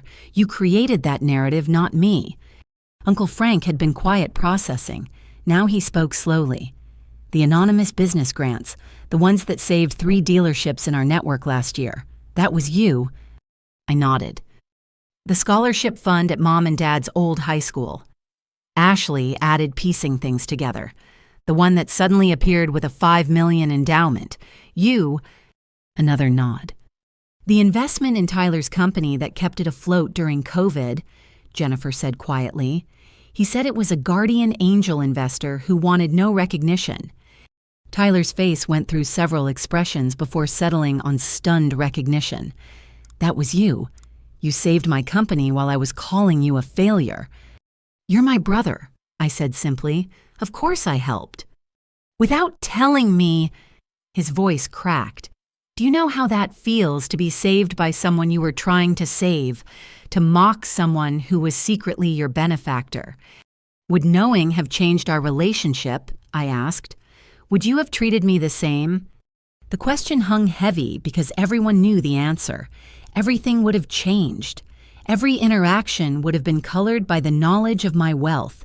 The very dynamic I'd tried to avoid was playing out now in real time. Eleanor was sobbing quietly. All those Thanksgivings where we prayed for your success, not knowing our prayers were already answered. All those birthday wishes for your stability and happiness. I am stable and happy, I said, just not in the way you expected. Happy, Robert challenged. Living a double life, hiding from your family. That's happiness. Happier than I would have been dealing with everyone's expectations and requests once they knew about the money. I said honestly, do you know what happens when people find out you have wealth? Every relationship becomes transactional. Every conversation has an agenda. Every family member has a business idea or an emergency or a special investment opportunity. We're not like that, Madison protested, though she flushed slightly. Aren't you? I asked gently. Madison, you've pitched me 3 business ideas tonight alone thinking I was broke. What would you have pitched if you'd known I had millions? She fell silent, unable to deny it. And Ashley, you were so ready with investment advice and financial planning. How much more intense would that have been if you'd known I actually had money to invest? That's not fair, Ashley said weakly. Tyler's already filmed our entire interaction for content. Imagine the content he could create with a millionaire sister. The LinkedIn posts, the motivational speeches, the networking opportunities. Tyler lowered his phone, finally looking ashamed. I'm not blaming any of you, I continued. It's human nature. Money changes dynamics, especially in families. I watched it happen to friends who came into wealth. Suddenly, everyone needs something, has an emergency, sees an opportunity. The person becomes secondary to the portfolio. So you decided we were all too shallow to handle your success, Robert summarized coldly. I decided I wanted to preserve the relationships we had, I corrected. Flawed as they were, at least they were real, based on who we were as people, not numbers in accounts. But they weren't real, Jennifer protested. They were based on a fundamental misconception about your life. Were they? I challenged. Did my bank account change who I am? Did my company success alter my personality? I'm the same person I was at dinner, just with different assets. The only thing that's changed is your perception. The family exchanged glances, grappling with this logic. Around us, the quiet neighborhood slept on, unaware of the family drama unfolding beneath the streetlights. The Forbes article, Madison said suddenly. When it goes live, everyone will know. Our friends, co-workers, extended family. How are we supposed to explain that we didn't know our own sister was a tech mogul? You don't have to explain anything, I said. It's my story to tell. But it reflects on us, Tyler argued. We look like idiots, or worse, like a family so dysfunctional that members hide massive success. As opposed to a family so judgmental that members feel they need to hide, Grandmother Betty suggested. Mom, whose side are you on? Dorothy demanded. I'm on the side of understanding, Betty replied. Celia made choices to protect herself and in her way to protect all of us. Were they the right choices? Maybe not. But they came from a place of wanting genuine relationships, not transactional ones. Genuine? Ashley laughed bitterly. Nothing about this feels genuine. My phone rang the sound, startling in the tense atmosphere. The caller ID showed the Forbes editor again. This time I answered. Celia finally. The editor's voice was excited. The article's about to go live. We need to confirm the photo selection and the pull quote about staying grounded through public transportation. Can you verify? Now's not a great time, I said, aware of my family listening to every word. It'll just take a second. Also, the fact-checkers had a question about the family dynamics section. You mentioned choosing to keep success private from relatives. Can you expand on that? I looked at my family, their faces a mixture of hurt and curiosity. Actually, I'm in the middle of that revelation right now. Oh, wow, perfect timing. Any chance we could get a family reaction quote? The readers love that personal angle. No, I said firmly. No quotes. Run the article as approved. Fair enough. Oh, and Celia, congratulations again. Your story is inspiring. From studio apartment to CEO, maintaining those values, it's going to resonate with so many people. I hung up, finding my family staring at me with fresh shock. Family dynamics section, Robert repeated. You told Forbes about us. I told them I chose privacy to preserve authentic relationships, I said. No names, no details, just the general concept. So the whole world will know you hid success from your family, but not why, Tyler said. Great. We'll look like monsters who drove you to secrecy. Or I'll look like someone who valued relationships over recognition, I suggested. You can't control how people interpret it, Madison warned. Once it's out there, the narrative takes on a life of its own. I'm familiar with how narratives work, I said dryly. I built a company on understanding them. Eleanor stepped forward, her tear-stained face resolute. I need to know something. If you could do it over, would you tell us, would you trust us with your success? It was the question at the heart of everything. Looking at their faces, seeing the hurt I'd caused by protecting myself, feeling the weight of years of careful distance, I had to be honest. I don't know, I admitted, because I saw how you treated perceived failure tonight. The intervention, the assumptions, the inability to accept that someone might choose a different path. If that's how you handle what you see as failure, how would you handle extreme success? We'll never know, will we? Ashley said, because you never gave us the chance. I'm giving it to you now, I pointed out. What you do with it will determine everything going forward. The Rolls-Royce gleamed between us, a silver symbol of everything hidden and now revealed. My family stood at a crossroads processing the transformation of their failing sister into their most successful member. The question was whether our relationships could survive the truth after so many years of careful fiction. I need time, Robert said finally. Time to process this, to understand how we got here, to figure out what this means for our family. Others nodded in agreement. The emotional whiplash of the evening from intervention to revelation had left everyone drained. The article goes live in an hour, I warned. After that, it's public knowledge. Then we have an hour to decide who we want to be, Eleanor said quietly. A family that fractures over success or one that finds a way forward. I know which one I'm hoping for, Grandmother Betty said, taking my hand. The same thing I've always hoped for. A family that loves each other for who they are, not what they have. But as we stood there in the late November night, the Rolls-Royce between us like a luxury barrier, I wasn't sure hope was enough to bridge the gap my success had revealed. Money changes everything, and we were about to find out if our family was strong enough to survive it. The initial shock began to give way to something more complex as my family processed the revelation. The anger was still there, but underneath it, shame was beginning to surface. I watched as each of them grappled with their own behavior from the evening now cast in a very different light. Tyler was the first to crumble. He stared at his phone where his live stream had captured everything his followers commenting in real time about the shocking turn of events. His face went through several shades of red before he finally spoke. I called you a failure, he said, his voice hollow, to thousands of people. I built content around helping my struggling sister. Do you know how many times I've used you as an example of what not to do? I know, I said quietly. I've seen some of your posts. You've seen them?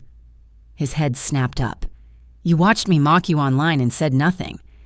What could I have said, actually I'm secretly rich? Would that have made things better? Jennifer reached for Tyler's arm, but he pulled away. No, don't. I need to own this. I made my sister a punchline for LinkedIn clout while she was paying off my company's debts. How does someone even process that level of irony?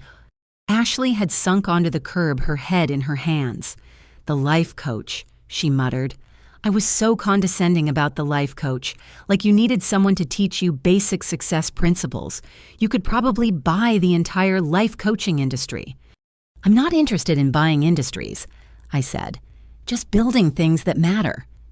While we thought you couldn't even build a proper life, Madison added bitterly.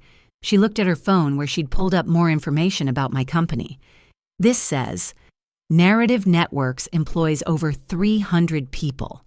You created 300 jobs while I was lecturing you about real estate as a path to stability. Eleanor and Robert stood close together, but I could see the distance between them. The stress they'd mentioned, the arguments about how to help me, the weight of thinking their daughter was failing, all of it, based on a fundamental misunderstanding. We failed you, Eleanor said finally. Not the other way around. We were so busy trying to fit you into our definition of success that we couldn't see you'd already exceeded it. You didn't fail me, I protested. You loved me the best way you knew how. Did we? Robert challenged. Or did we love an idea of you, the struggling daughter who needed our guidance? Because the real you, the successful CEO, we apparently couldn't even recognize her. Uncle Frank had been doing calculations on his phone, his business mind working through implications. The grants to the dealership network saved 1,200 jobs, he said slowly. Families fed mortgages, paid kids in college, all because of anonymous gifts I now know came from my niece. My niece I tried to hire as a receptionist for $22 an hour. The job offer came from a good place, I said. The job offer came from arrogance, he corrected. The assumption that I knew better, that my path was the right path, that success looked like car dealerships and steady paychecks. I've been in business 40 years, and I couldn't recognize a visionary in my own family. Dorothy wiped tears from her eyes. We sat around that table planning your life like you were a project, making spreadsheets, scheduling appointments, organizing your transformation. The hubris of it all. We meant well, Ashley said weakly. We meant to control, Dorothy countered, to force Celia into a mold that made us comfortable. Simple job, simple car, simple life. Nothing that would challenge our assumptions about how the world works. Grandmother Betty, still holding my hand, squeezed gently. The saddest part is how unsurprised I am. This family has always measured worth by visible markers.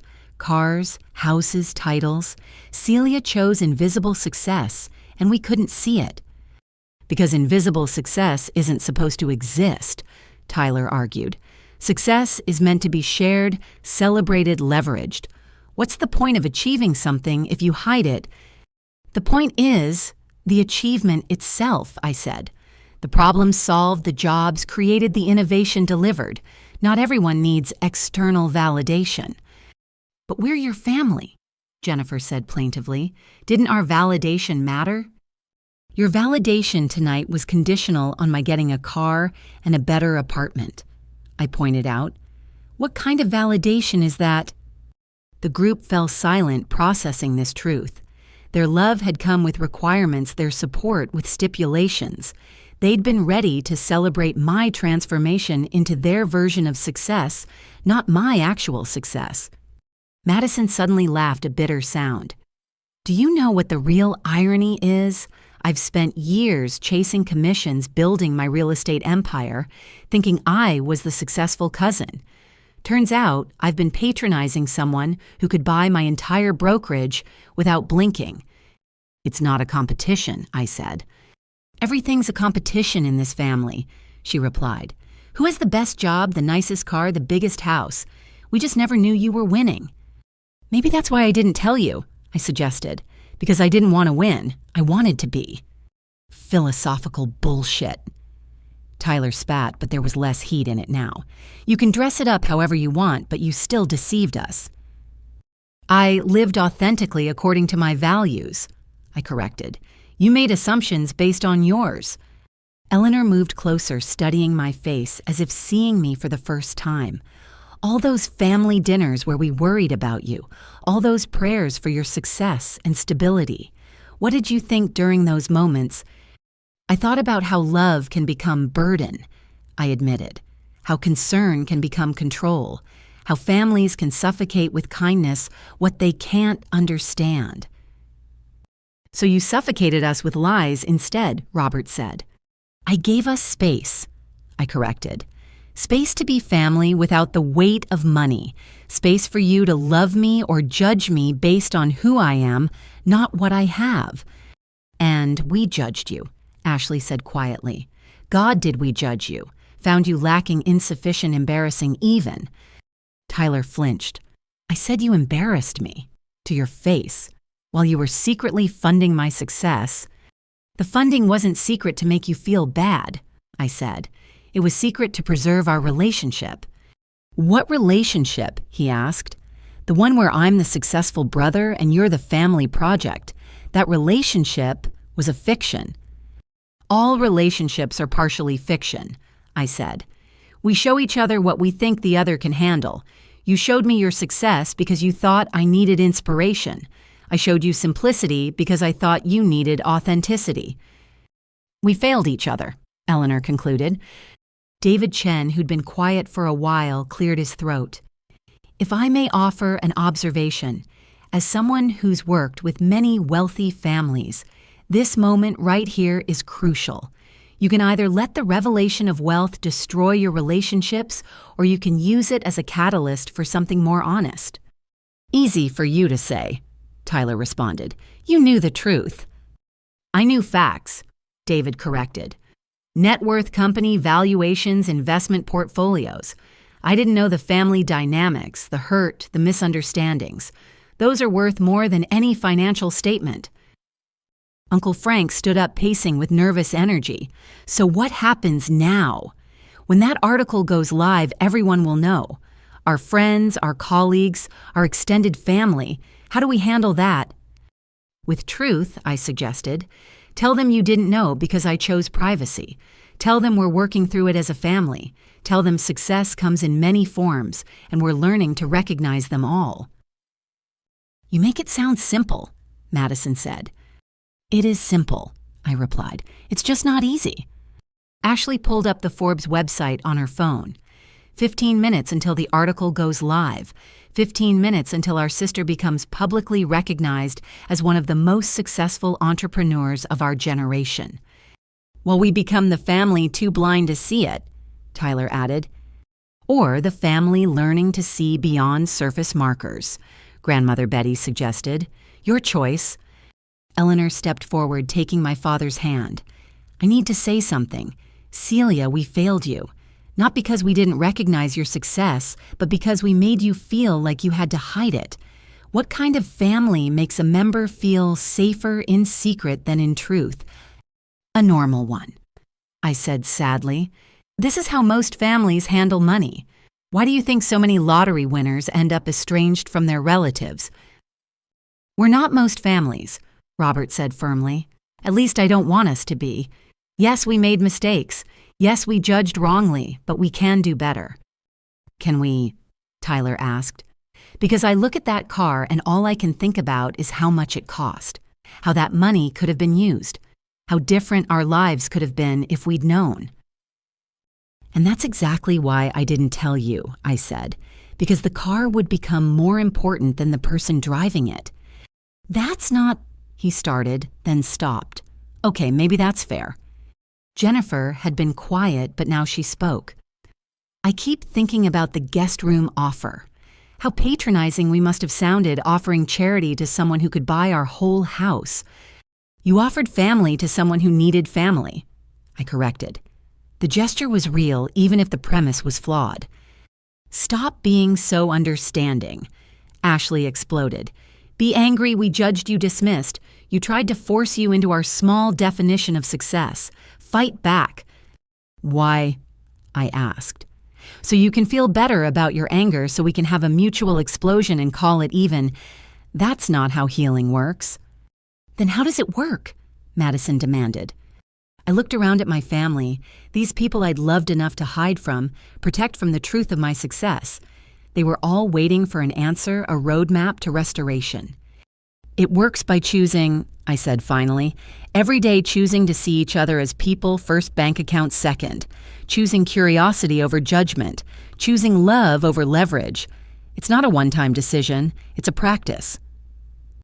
Pretty words, Tyler said, but his tone had softened. But what does it mean practically? It means when you see my car, you ask about my day, not my portfolio. It means when I offer help, you consider whether you need it, not whether you deserve it. It means we stop measuring each other by what we have and start valuing who we are. After tonight, Robert asked, after everything we said and did, especially after tonight, I said, because now we know the worst of each other. You know I'm capable of grand deception.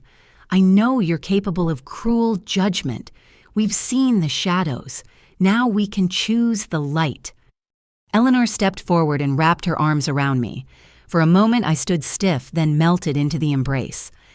My successful, secretive, complicated daughter, she murmured.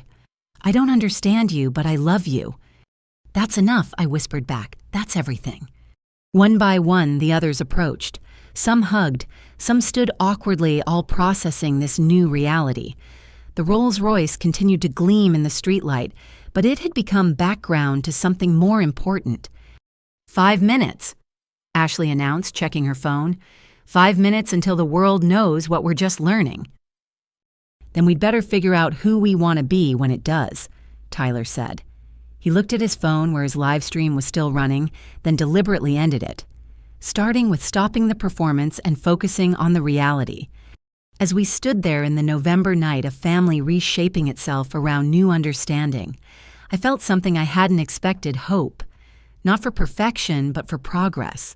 Not for easy answers, but for honest questions. The reckoning had begun, and we were all still standing, bruised, confused, but standing, together. As the Forbes article countdown ticked towards zero, I found myself surrounded by family members who were seeing me clearly for the first time. The initial shock and anger had given way to something more complex, a mixture of hurt curiosity and tentative understanding. We'd moved from the street to sit on my parents' front porch, the Rolls-Royce still visible, but no longer the center of attention. "I need to understand something," Eleanor said, pulling her cardigan tighter against the cool night air. "When did it become about more than just privacy? When did you start actively testing us?" I considered the question carefully. I don't think I set out to test anyone. At first, it was just easier to stay quiet. The company was growing so fast, and every time I thought about telling you, something would happen that made me hesitate. "Like what?" Ashley asked, genuinely curious now rather than accusatory. "Like Tyler's post-sophomore year," I said, looking at my brother. "The one about how real jobs were the only path to respect, how entrepreneurship without immediate profit was just expensive daydreaming." Tyler winced. "I was 22 and stupid." "You were expressing what the whole family believed," I corrected gently. Success had a specific look, a particular path. Steady job, visible assets, traditional markers. My path was different, and I could already see how it would be received. "So you decided we'd reject you?" Madison asked. "I decided to wait until I had undeniable proof of success. But then something interesting happened. The more successful I became, the less I wanted to share it, because I started seeing how money changed relationships in my professional sphere." I paused, remembering those early days. I watched founders lose friends once valuations became public, saw family members suddenly develop urgent needs and revolutionary business ideas, witnessed how every conversation became colored by net worth. "We wouldn't have been like that," Jennifer protested. "You pitched me 3 business ideas tonight thinking I was broke," I reminded her. "What would you have pitched, knowing I had millions?" She fell silent, unable to argue the point. Uncle Frank leaned forward. "But the anonymous help, why not at least take credit for that? Let us know you were in a position to give." "Because gratitude is another kind of cage," I explained. "If you knew I'd paid off loans and funded programs, every interaction would carry that weight. Every family dinner would include subtle thanks or careful avoidance. I wanted to help without creating obligation." "Noble," Robert said, though his tone suggested he wasn't entirely convinced. "Or controlling. You decided unilaterally what we could handle, what we deserved to know." "Fair," I acknowledged. "But look at tonight. Even thinking I was struggling, you couldn't just accept my choices. The intervention, the forced solutions, the inability to believe I might be okay. What would you have done knowing I had resources?" "Probably intervened differently," Ashley admitted. "Pushed you to use your wealth properly. Lectured about social responsibility and investment strategies." "Exactly. Different pressure, same fundamental issue, the inability to let me just be." Grandmother Betty spoke up. "Tell them about the loneliness." Everyone turned to look at her, then at me. "What loneliness?" Eleanor asked, her mother's intuition activating. I hesitated, then decided on complete honesty. Success can be incredibly isolating. The more the company grew, the harder it became to trust people's motivations. Were they interested in me or my resources? Did they like my ideas or my ability to fund them? Every relationship became a question mark.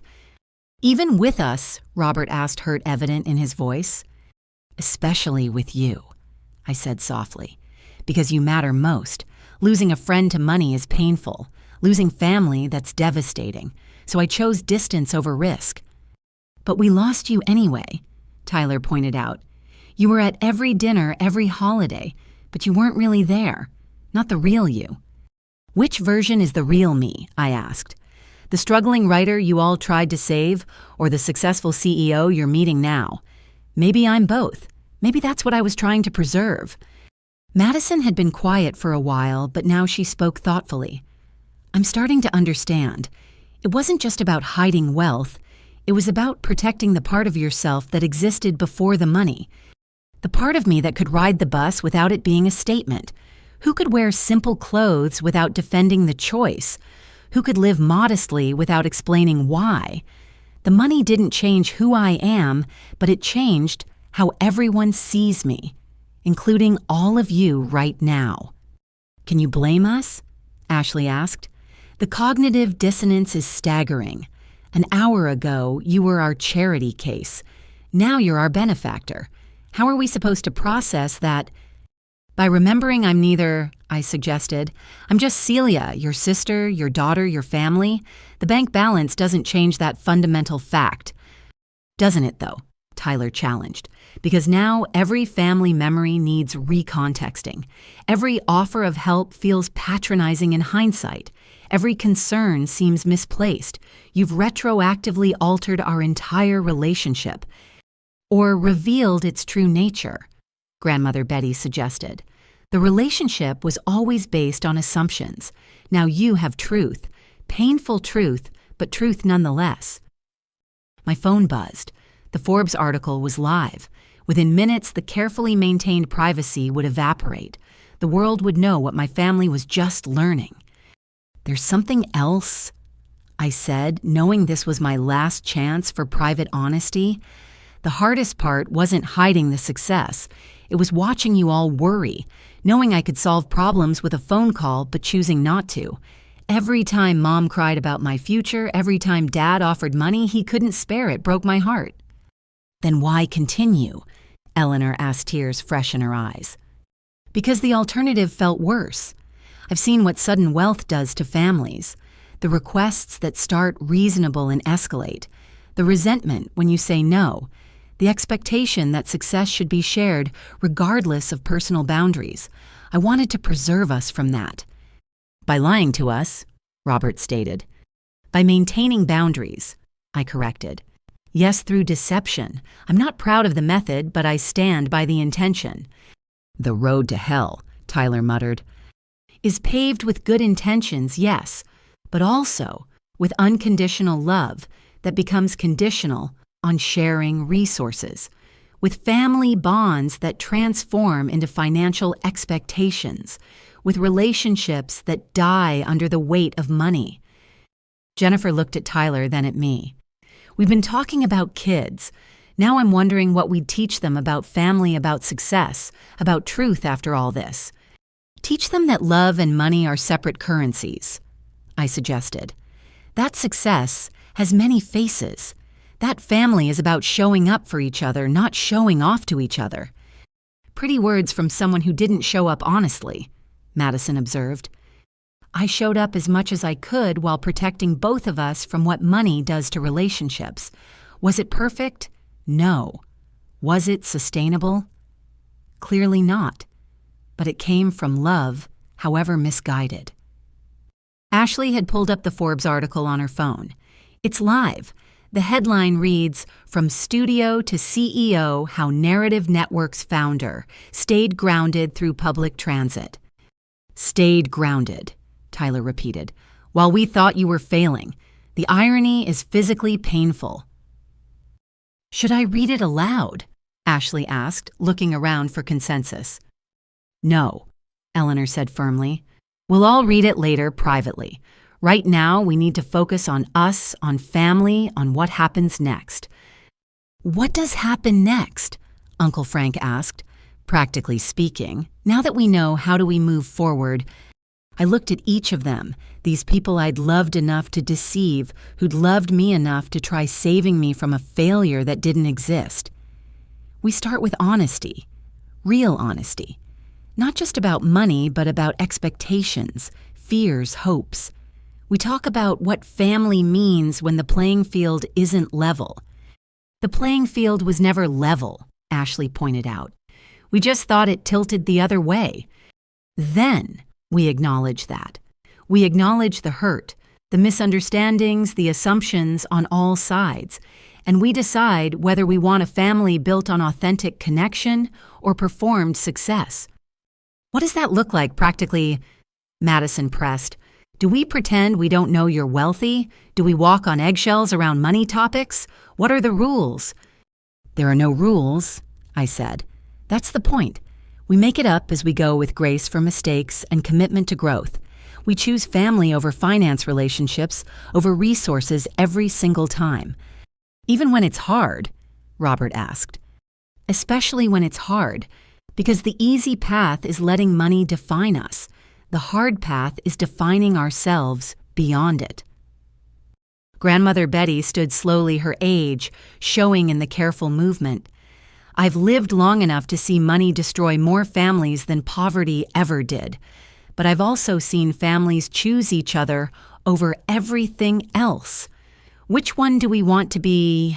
One by one, my family members answered, not with words, but with presence, with the choice to stay on that porch, processing together, rather than retreating to private judgment, with questions aimed at understanding rather than accusation, with the messy, imperfect work of rebuilding trust after deception. I'm scared, Eleanor admitted suddenly, scared that knowing about your money will change how I see you, how I interact with you, scared of becoming the kind of mother who expects things from her successful child. I'm scared too, I admitted. Scared that every family gathering will now include subtle requests or careful avoidance of topics. Scared that the easy relationship we had, flawed as it was, is gone forever. Good, Tyler said unexpectedly. When we all looked at him, he continued. Fear means we're aware of the dangers, aware we could fall into patterns that destroy families. That awareness might save us. Ashley's phone buzzed with notifications. The article is spreading. Shares, comments, people tagging me, asking if this is really my sister. Our private family drama is about to become very public. Then we'd better figure out who we are before everyone else decides for us, Madison said. As we sat there in the darkness porch, light creating a small circle of illumination, I felt the weight of years lifting. The secret was out, the consequences unfolding. But we were here together, choosing the hard work of honest relationship over the easy path of dissolution.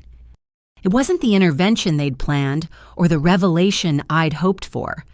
It was messier, more painful, more real than either. But maybe that's what family really is, not the perfect story we tell ourselves, but the imperfect truth we choose to face together. So, Tyler said finally, a ghost of humor returning to his voice, do you actually take the bus by choice, or was that part of the cover story? I genuinely love public transportation, I confirmed. The conversations, the community, the environmental impact. That was never a lie. The one truth in an ocean of deception, he said, but he was almost smiling.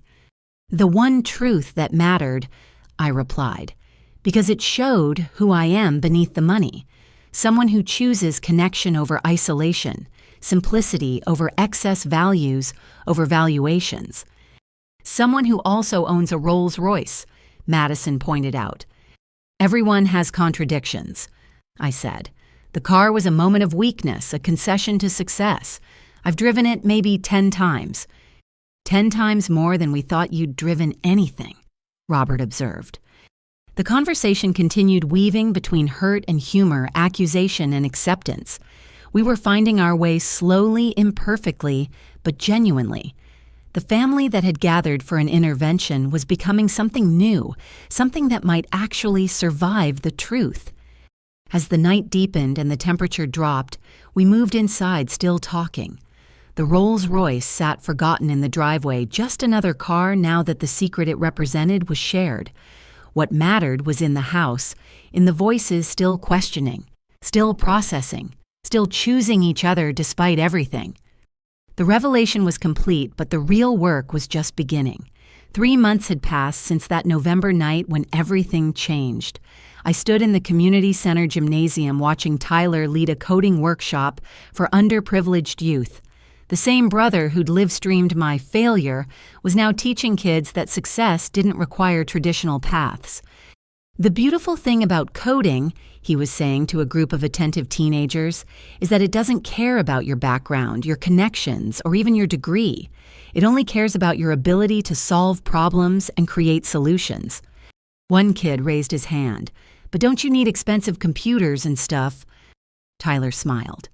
"My sister built a company worth millions starting with a laptop that crashed every hour. Resources help, but resourcefulness matters more." He caught my eye and nodded a silent acknowledgement of how far we'd come.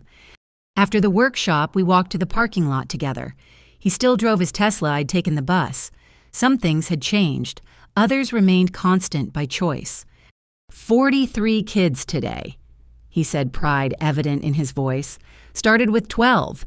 Word spreading that this isn't just another tech bro teaching vanity coding. "Because you're teaching them to think not just syntax," I observed. "Something my secretly successful sister taught me," he admitted. "That real achievement isn't about displaying success, but creating opportunity for others." We reached his car, but he didn't immediately get in. "I need to tell you something.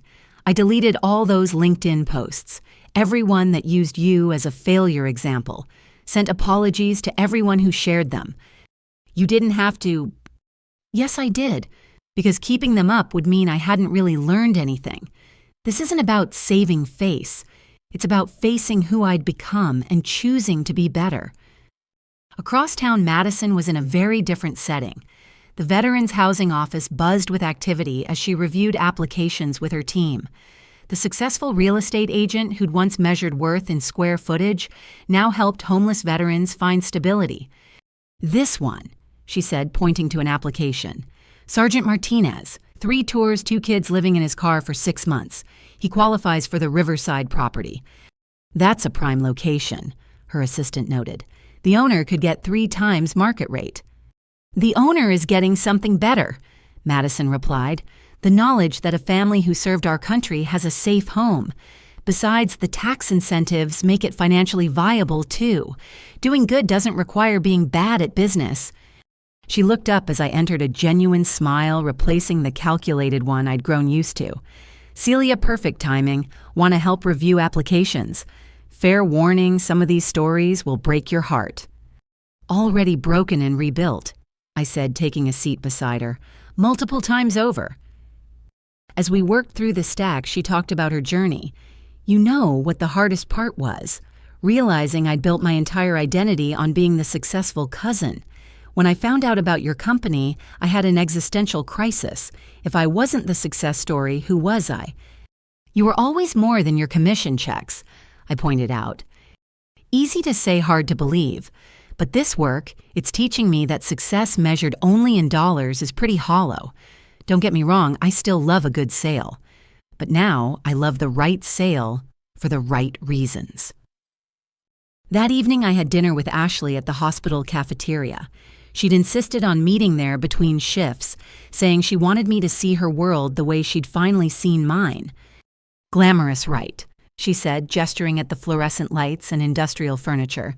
"This is where your doctor sister actually spends most of her time, not at fancy galas or important conferences."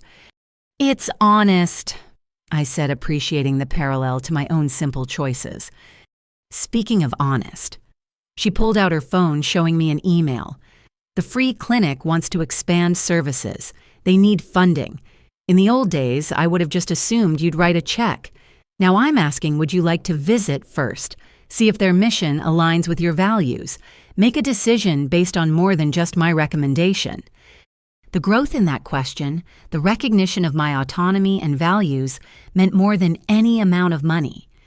"I'd love to visit," I said, "but I'm also curious about your involvement beyond funding. What draws you to the free clinic?" "What?" She laughed, but it was thoughtful rather than bitter. "Remember that life coach I tried to force on you? I ended up seeing her myself. Not Patricia, someone else. Figured anyone who thought they could fix others probably needed fixing themselves. And I discovered that my entire self-worth was tied to external validation, the degree, the white coat, the respect. When I realized my failing sister had succeeded beyond my wildest dreams, without any of those markers, it forced me to question everything. That must have been difficult, I said. Difficult and necessary. The clinic work helps. There, I'm just another pair of hands. The patients don't care about my resume or my student loan debt or my published papers. They care that I listen, that I help, that I see them as human beings rather than cases. Sounds familiar, I observed. Learned from the best, apparently, even when I didn't know I was learning. Later that week, my parents hosted their first community dinner. What started as Eleanor's way of processing our family changes had evolved into something larger. The dining room table that had hosted my intervention now welcomed diverse voices from across the economic spectrum. I arrived to find Robert deep in conversation with a young entrepreneur offering advice without the patronizing tone that had once characterized his guidance. The key, he was saying, is remembering that traditional metrics aren't the only measures of success. My daughter taught me that. Built an empire while we thought she was struggling, all because we couldn't see past our own definitions. Eleanor emerged from the kitchen carrying a casserole that could have graced any family dinner. Celia, grab the salad, would you? Mrs. Chen brought her famous dumplings, and we need to make room. The ease of the request, the assumption that I'd help rather than write a check, showed how far we'd come. I was family first, resources second. Uncle Frank arrived with two of his mechanics' young men he was mentoring in business ownership. These guys think they need fancy degrees to run their own shops, he announced. I'm living proof that wisdom comes from experience, but my niece is proof that innovation doesn't follow traditional paths. Between us, maybe we can show them that success has many faces. He caught my eye, acknowledging the journey from offering me a receptionist job to recognizing my entrepreneurial spirit. Even Jennifer had evolved. She pulled me aside during dessert. I owe you an apology, a real one, not just for that night, but for years of assumptions. I measured everyone by such narrow standards. Your choice to live simply despite having resources, it's made me question my own values. Question them or change them, I asked. Both. Tyler and I are downsizing, not because we can't afford our lifestyle, but because we realized we were living for display rather than contentment. The guest room we offered you, we're turning it into a workspace for the coding program. Much better use of space. Dorothy and Grandmother Betty were the last to arrive, bringing photo albums that sparked equal parts laughter and reflection. Pictures of family gatherings where my simple appearance stood out among designer clothes, images that now told a different story than anyone had realized at the time. Look at this one, Betty said, pointing to a photo from last Christmas. Everyone trying so hard to look successful and Celia just being herself.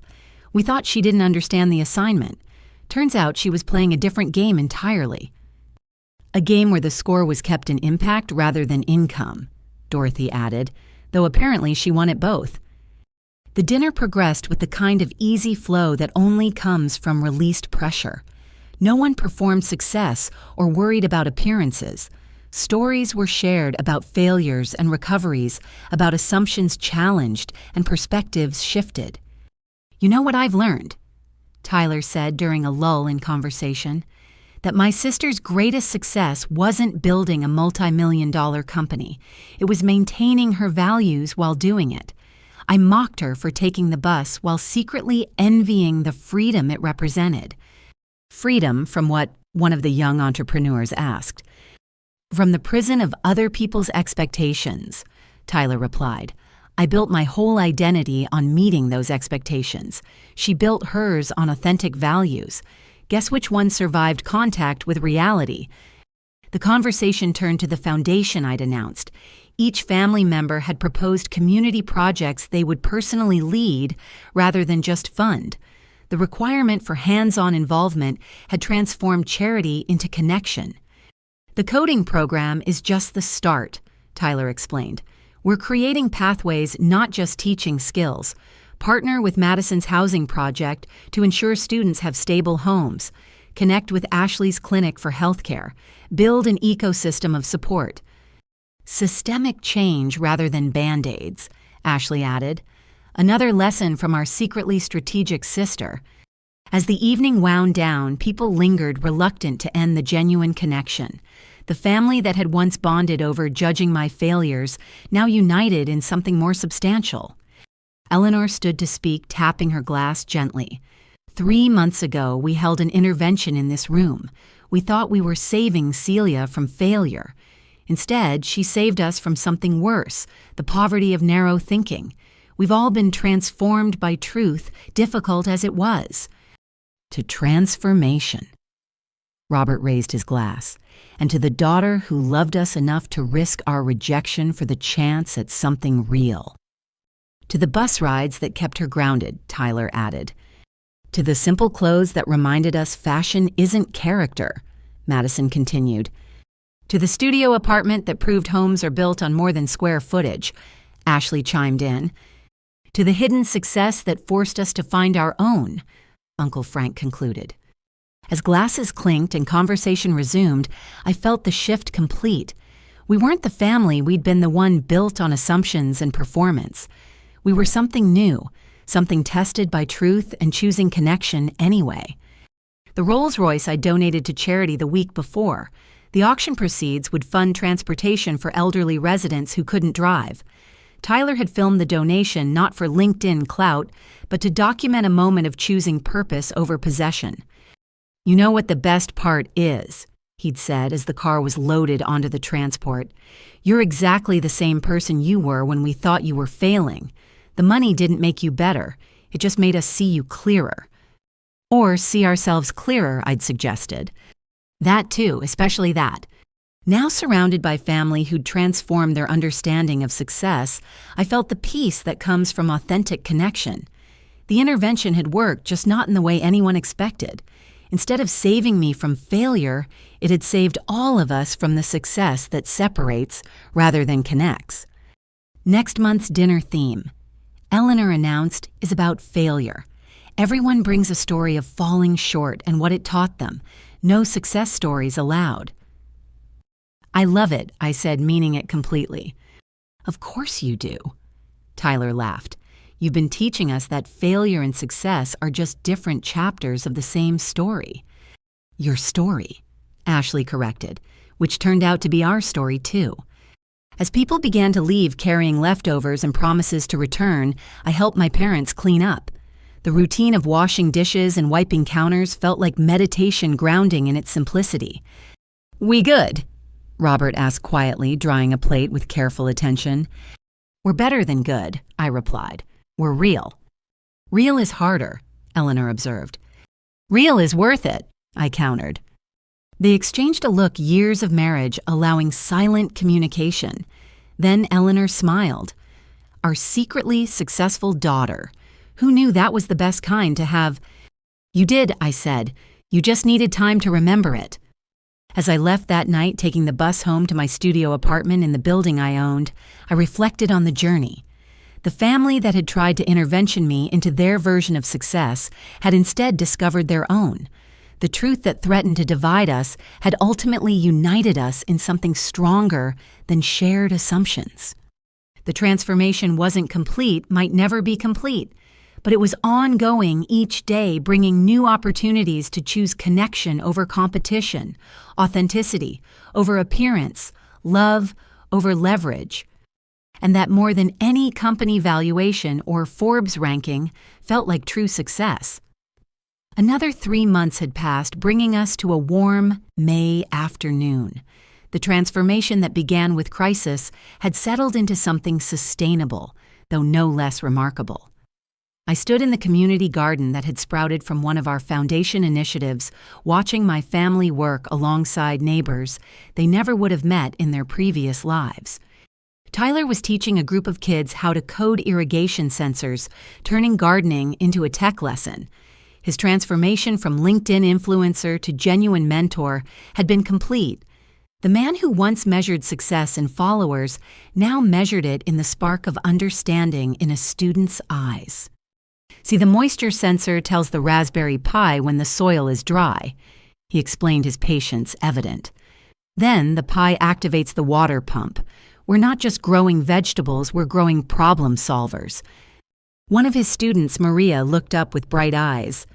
"Mr. Tyler, could we make an app so people can check their plots from home?" "That's brilliant," Tyler exclaimed. "Want to lead that project?" The girl beamed, and I saw my brother's genuine joy at her enthusiasm. No camera recording, no performance, just authentic connection. Madison was across the garden with a group of veterans, including Sergeant Martinez and his family, who now lived in stable housing thanks to her program.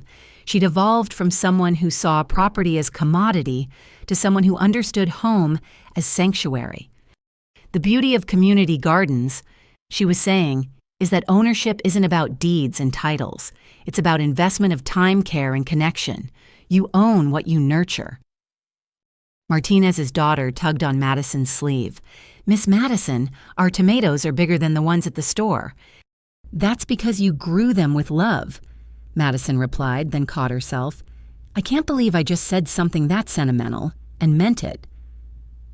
Ashley arrived from her shift at the free clinic still in scrubs, but carrying a box of medical supplies for the garden's first aid station.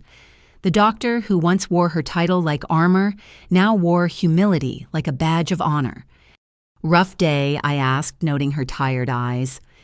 "Beautiful day," she corrected. "Delivered a baby for a teenage mom. Held her hand while she cried about not being ready. Reminded me that success sometimes looks like showing up scared and doing it anyway."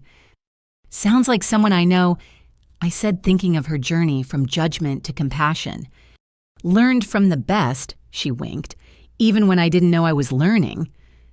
Our parents had claimed a corner plot where Eleanor was teaching a group of elderly residents about companion planting, a skill she'd learned from grandmother Betty decades ago and only recently rediscovered. "The marigolds protect the tomatoes from pests," she explained. "Just like family should protect each other from toxic influences, sometimes protection looks like boundaries, not walls." Robert was building raised beds with Uncle Frank and his mentees, their conversation a mix of construction tips and life philosophy. "Measure twice cut once applies to more than wood," Robert was saying. "I spent years measuring my daughter's worth wrong. Nearly cut her out of our lives with my assumptions." "But you didn't," one young man observed. "That's what matters." "Only because she was patient with our ignorance," Robert replied. "Success includes grace for others' growth." The Foundation's community dinner that evening was held in the garden itself, long tables set among the growing plants.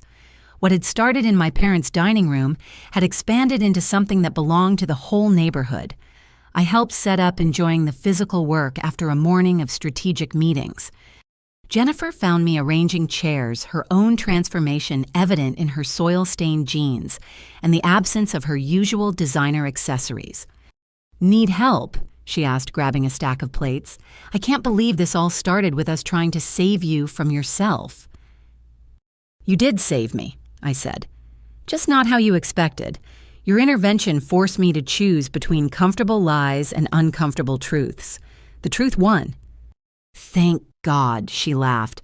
"Our kids are going to grow up in a family that values authenticity over appearance. What a gift." As if summoned by the mention, Tyler appeared with news. "Speaking of kids, Jennifer's pregnant. We just found out yesterday." The celebration that followed was warm and genuine, free from the performance that once characterized family announcements. No one asked about nursery budgets or private school funds. Instead, they asked about hopes and dreams and what kind of world we were building for the next generation. As sunset approached the garden filled with the diverse community our family had learned to embrace, the entrepreneur Robert mentored sat next to the veteran Madison housed. The teenage coder Tyler taught chatted with the patient Ashley treated. Boundaries that once seemed fixed had dissolved into connection. Uncle Frank stood to speak, his voice carrying across the garden. 6 months ago, I thought success meant 7 dealerships and a retirement plan. Now I have 2 dealerships, 5 partners who started as mechanics, and a definition of wealth that includes watching young people build their dreams. To redefinition, someone called out, raising a glass of Eleanor's homemade lemonade. To redemption, another added. Dorothy had been documenting the journey in photographs, creating a visual history of transformation. She showed me her latest collection on her tablet. Images of Tyler teaching without performing, Madison advocating without calculating commission, Ashley healing without hierarchy. "This one's my favorite," she said, showing a candid shot of our whole family working together in the garden, dirty and laughing. "No one's dressed to impress. Everyone's just present." The anti-Instagram photo I observed. "The most Instagram-worthy thing is not caring about Instagram," she replied. Another lesson from my niece, who had everything while appearing to have nothing. As darkness fell, solar lights installed by Tyler's coding students illuminated the garden. The conversation shifted to future plans, the Foundation's next initiatives, the expansion of programs that worked, and the reimagining of those that didn't. "We're considering a startup incubator," I mentioned, but not the usual model, one that values impact over exit, sustainability over scale. "With bus passes included," Tyler teased. "Public transportation is non-negotiable," I confirmed, smiling. "Some values don't change just because circumstances do." Grandmother Betty, who'd been quietly observing from her place of honor, finally spoke. "You know what this reminds me of? The community I grew up in, where success meant everyone eating, not just your own family getting fat. We lost that somewhere chasing individual achievement. But look, it's growing back." "Like the garden itself," Ashley mused. "From bare earth to abundance, just needing the right conditions and care."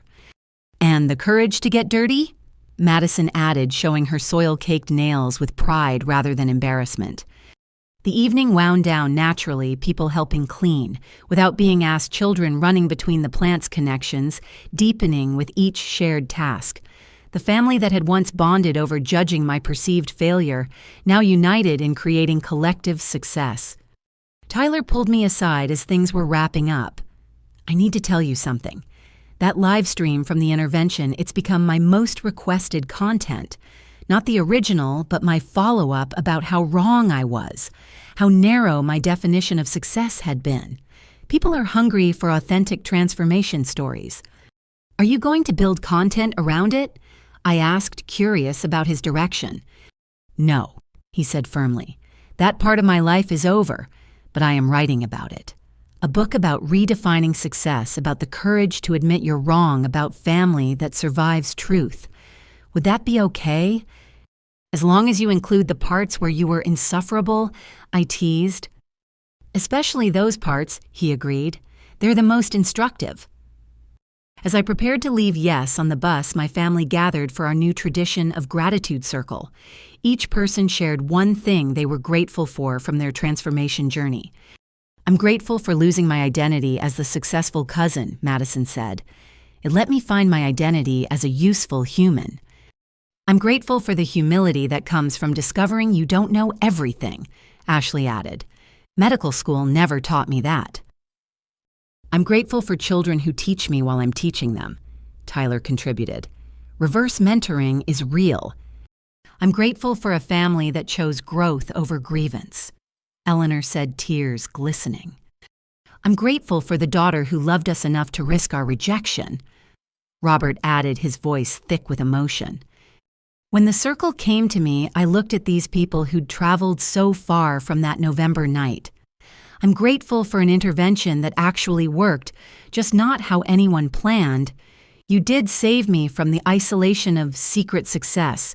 You brought me back to family. Even if we had to learn what family really means first, Uncle Frank observed. Especially because of that, I corrected. Easy love is nice. Earned love is extraordinary. As I waited at the bus stop that night, I reflected on the journey. The Rolls-Royce was gone, donated to serve a better purpose. The penthouse still existed, but hosted foundation meetings more often than solitary evenings. The company continued to thrive, but success was measured in impact metrics alongside financial ones. Most importantly, the family that had tried to force me into their framework had instead expanded their own. We'd all been transformed by truth, difficult as it was to face and accept.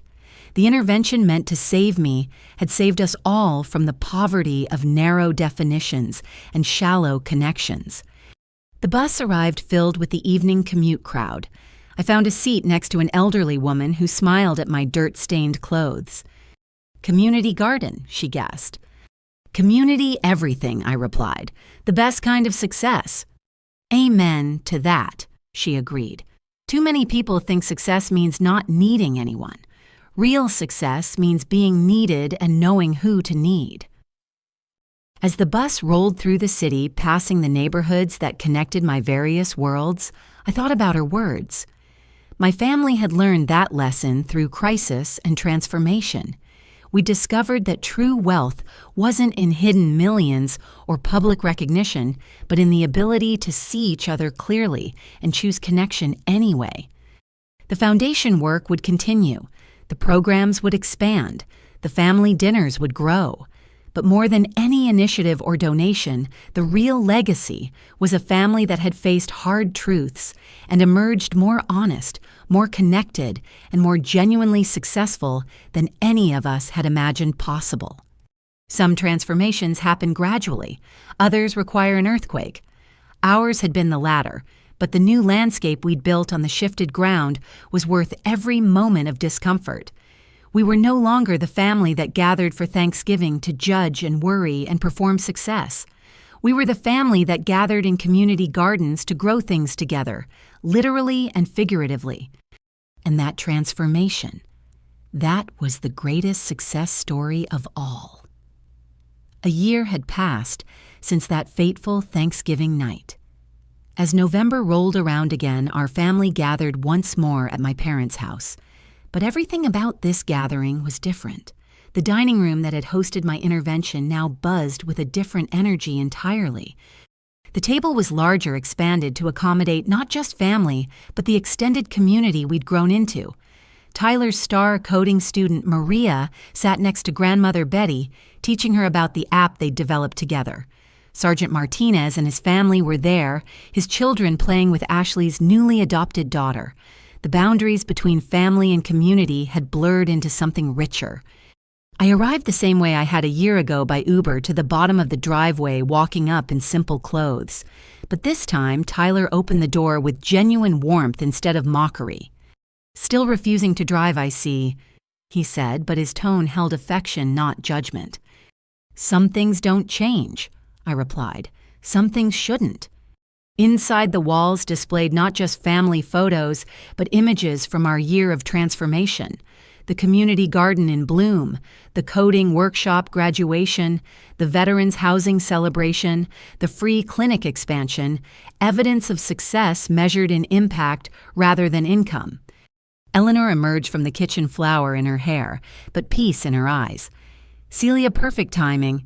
Can you help Madison with the table settings? We're expecting 40 people." The ease of the request, the assumption of participation rather than patronage, showed how far we'd traveled. I was daughter and sister first, everything else second. As I helped Madison arrange place cards, she shared her latest project.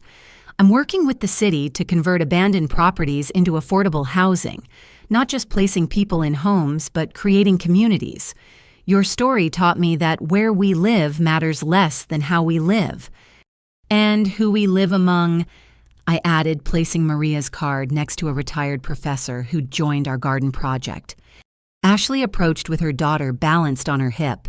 "Want to hold your niece while I help Mom?" The baby reached for me with chubby hands, and I took her carefully. This child would grow up in a family that measured worth in connection rather than possessions, impact rather than income. What a different world from the one we'd known a year ago. "She's beautiful," I said. "She's already wise," Ashley replied. "Doesn't care about my medical degree or my salary. Just wants presence and milk. Basic wisdom we complicate as adults." Robert called everyone to attention, tapping a glass with a spoon. "Before we eat, I wanted to share something. This time last year, we thought we were saving Celia. We discovered she didn't need saving, but more importantly, we discovered we did. We needed saving from our narrow definitions of success, our performative family dynamics, our conditional love. He paused, emotion thickening his voice. This year, I'm grateful not for what we have, but for who we've become. A family that shows up authentically. A family that measures wealth in relationships. A family that learned the hardest lesson. True success has nothing to do with what you own and everything to do with who you lift up. To lifting each other up, Tyler added, raising his glass of Eleanor's homemade apple cider. And to the sister who showed us that hiding in plain sight sometimes means living your values so clearly that others can't see past their own assumptions. Uncle Frank stood next. I want to add something. This year I downsized from 7 dealerships to 3. Best decision I ever made. Not because business was bad, but because I realized I was so busy managing success, I'd forgotten to live successfully. Now I spend half my time mentoring young mechanics who remind me why I loved cars in the first place. Success is a tool, not a goal. One of his mentees added, earning approving nods around the table. Jennifer, heavily pregnant with their second child, spoke up. Our kids will grow up with such different values than we did. They'll know that worth isn't measured in square footage or car models, but in kindness shown and connections made. What a gift! The stories continued around the table. Each person shared not their accomplishments, but their growth, not their acquisitions, but their contributions. The transformation was complete, yet ongoing, solid, yet still evolving. Maria, the young coder, raised her hand tentatively. Can I share something? Before Mr. Tyler's program, I thought people like me couldn't succeed in tech. Too poor, wrong neighborhood, no connections. But he taught me that code doesn't care about your zip code. And watching Miss Celia take the bus, even though she could buy 100 cars, taught me that choices matter more than chances. Choices matter more than chances, Eleanor repeated. That should be our family motto. Dorothy had been photographing the gathering, but now she set down her camera. You know what strikes me most about this year? We stopped performing family and started being family.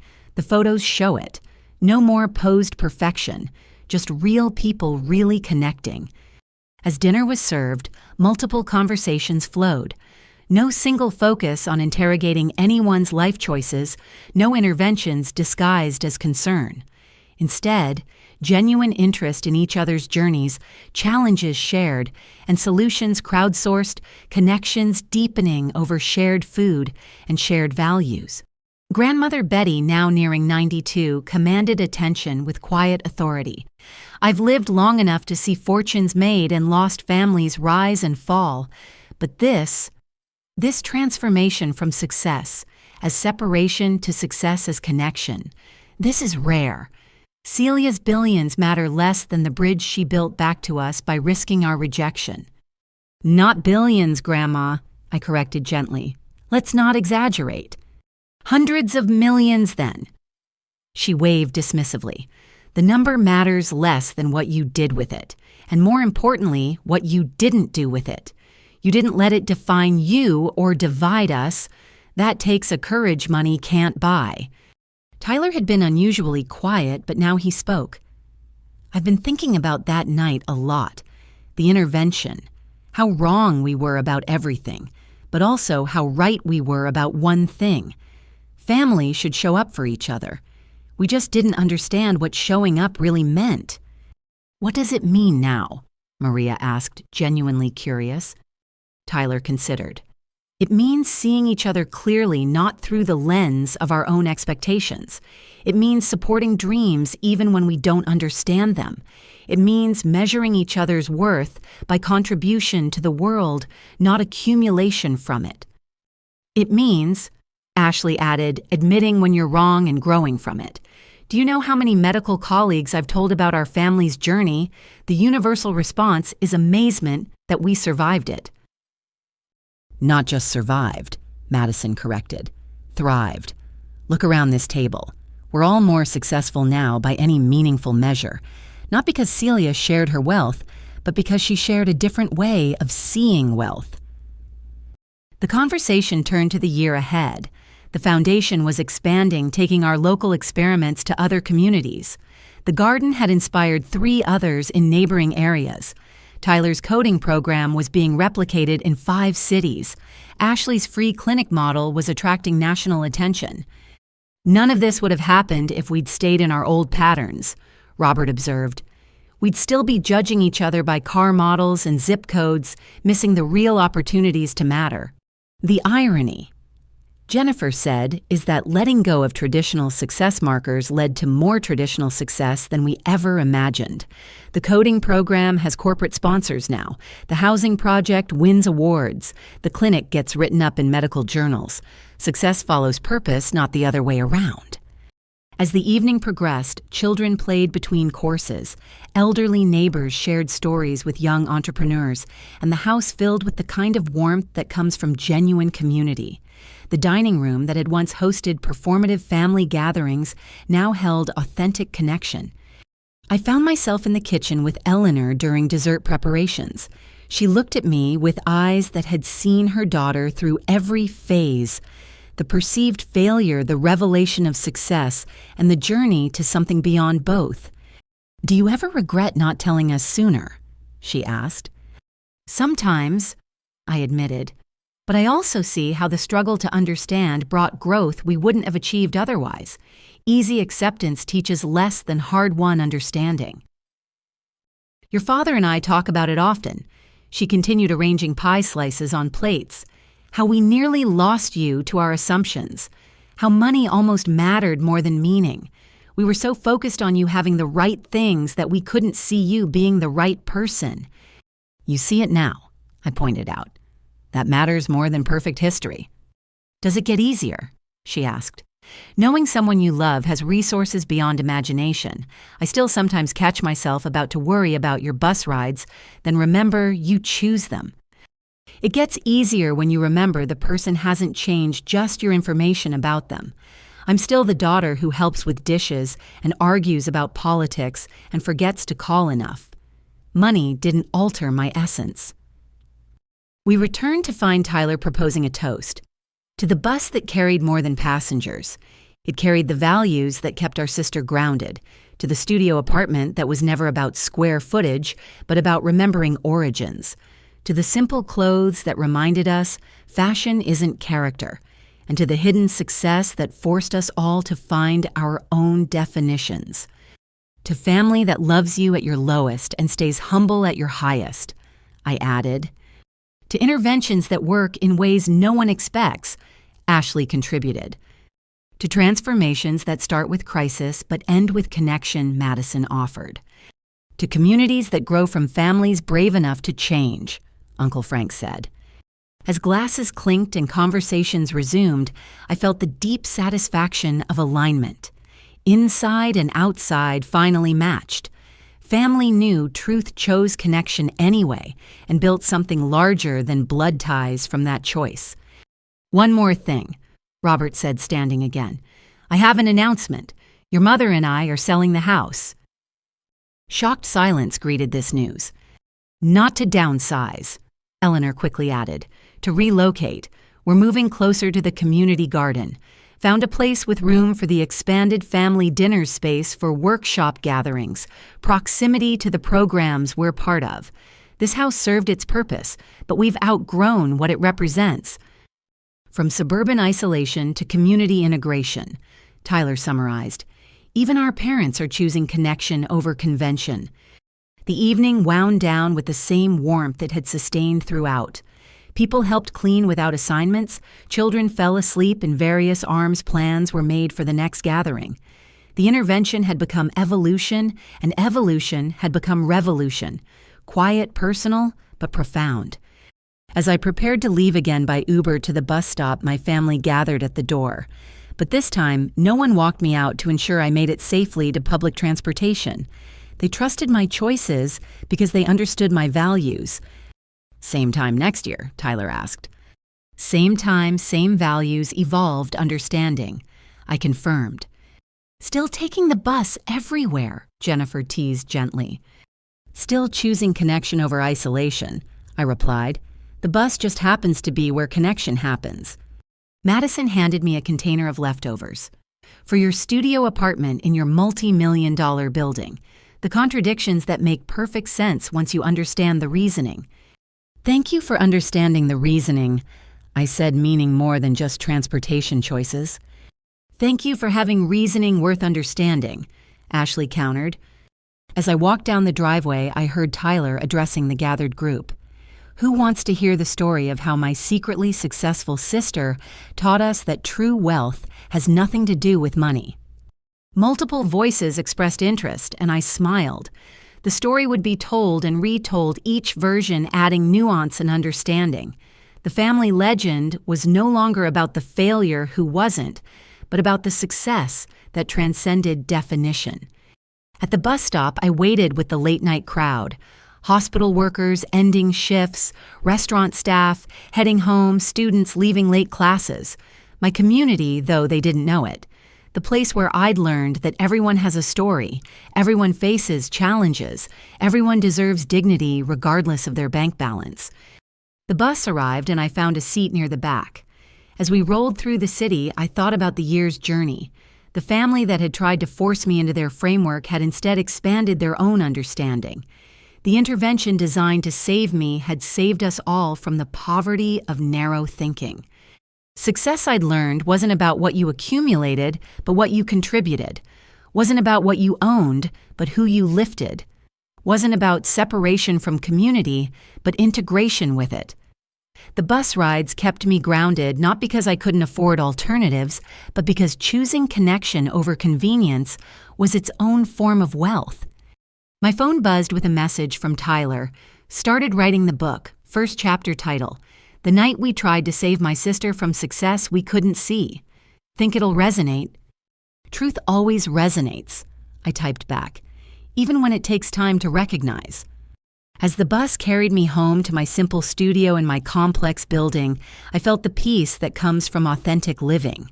The money remained growing through wise investment and strategic deployment, but it had found its proper place as tool rather than identity, as means rather than end, as responsibility rather than definition. The greatest fortune I discovered wasn't in hidden millions, but in family who could learn, grow, and choose love over leverage. Wasn't in Rolls Royces, but in relationships that survived revelation. Wasn't in Forbes features, but in facing truth together and emerging stronger. Some people spend their whole lives chasing success only to discover they've been running from connection. Others accumulate wealth only to find it builds walls rather than bridges. But sometimes, if you're very lucky and very careful, you can achieve success and maintain soul-build wealth and preserve worth rise high while staying grounded. It just might require taking the bus. Dear reader, if you've journeyed this far with Celia and her family, perhaps you've questioned your own definitions of success. What really matters? The car in your driveway or the connections in your life? The size of your house or the size of your impact? The numbers in your bank account or the number of lives you've touched? I'd love to hear your thoughts in the comments below. And if this story resonated with you, please like and subscribe for more narratives that challenge us to think beyond conventional success. Share this with someone who might need reminding that worth isn't measured in wealth, but in wisdom, connection, and the courage to live authentically. Thank you for reading, and may you find your own path to success that enriches not just your life, but the lives of those around you.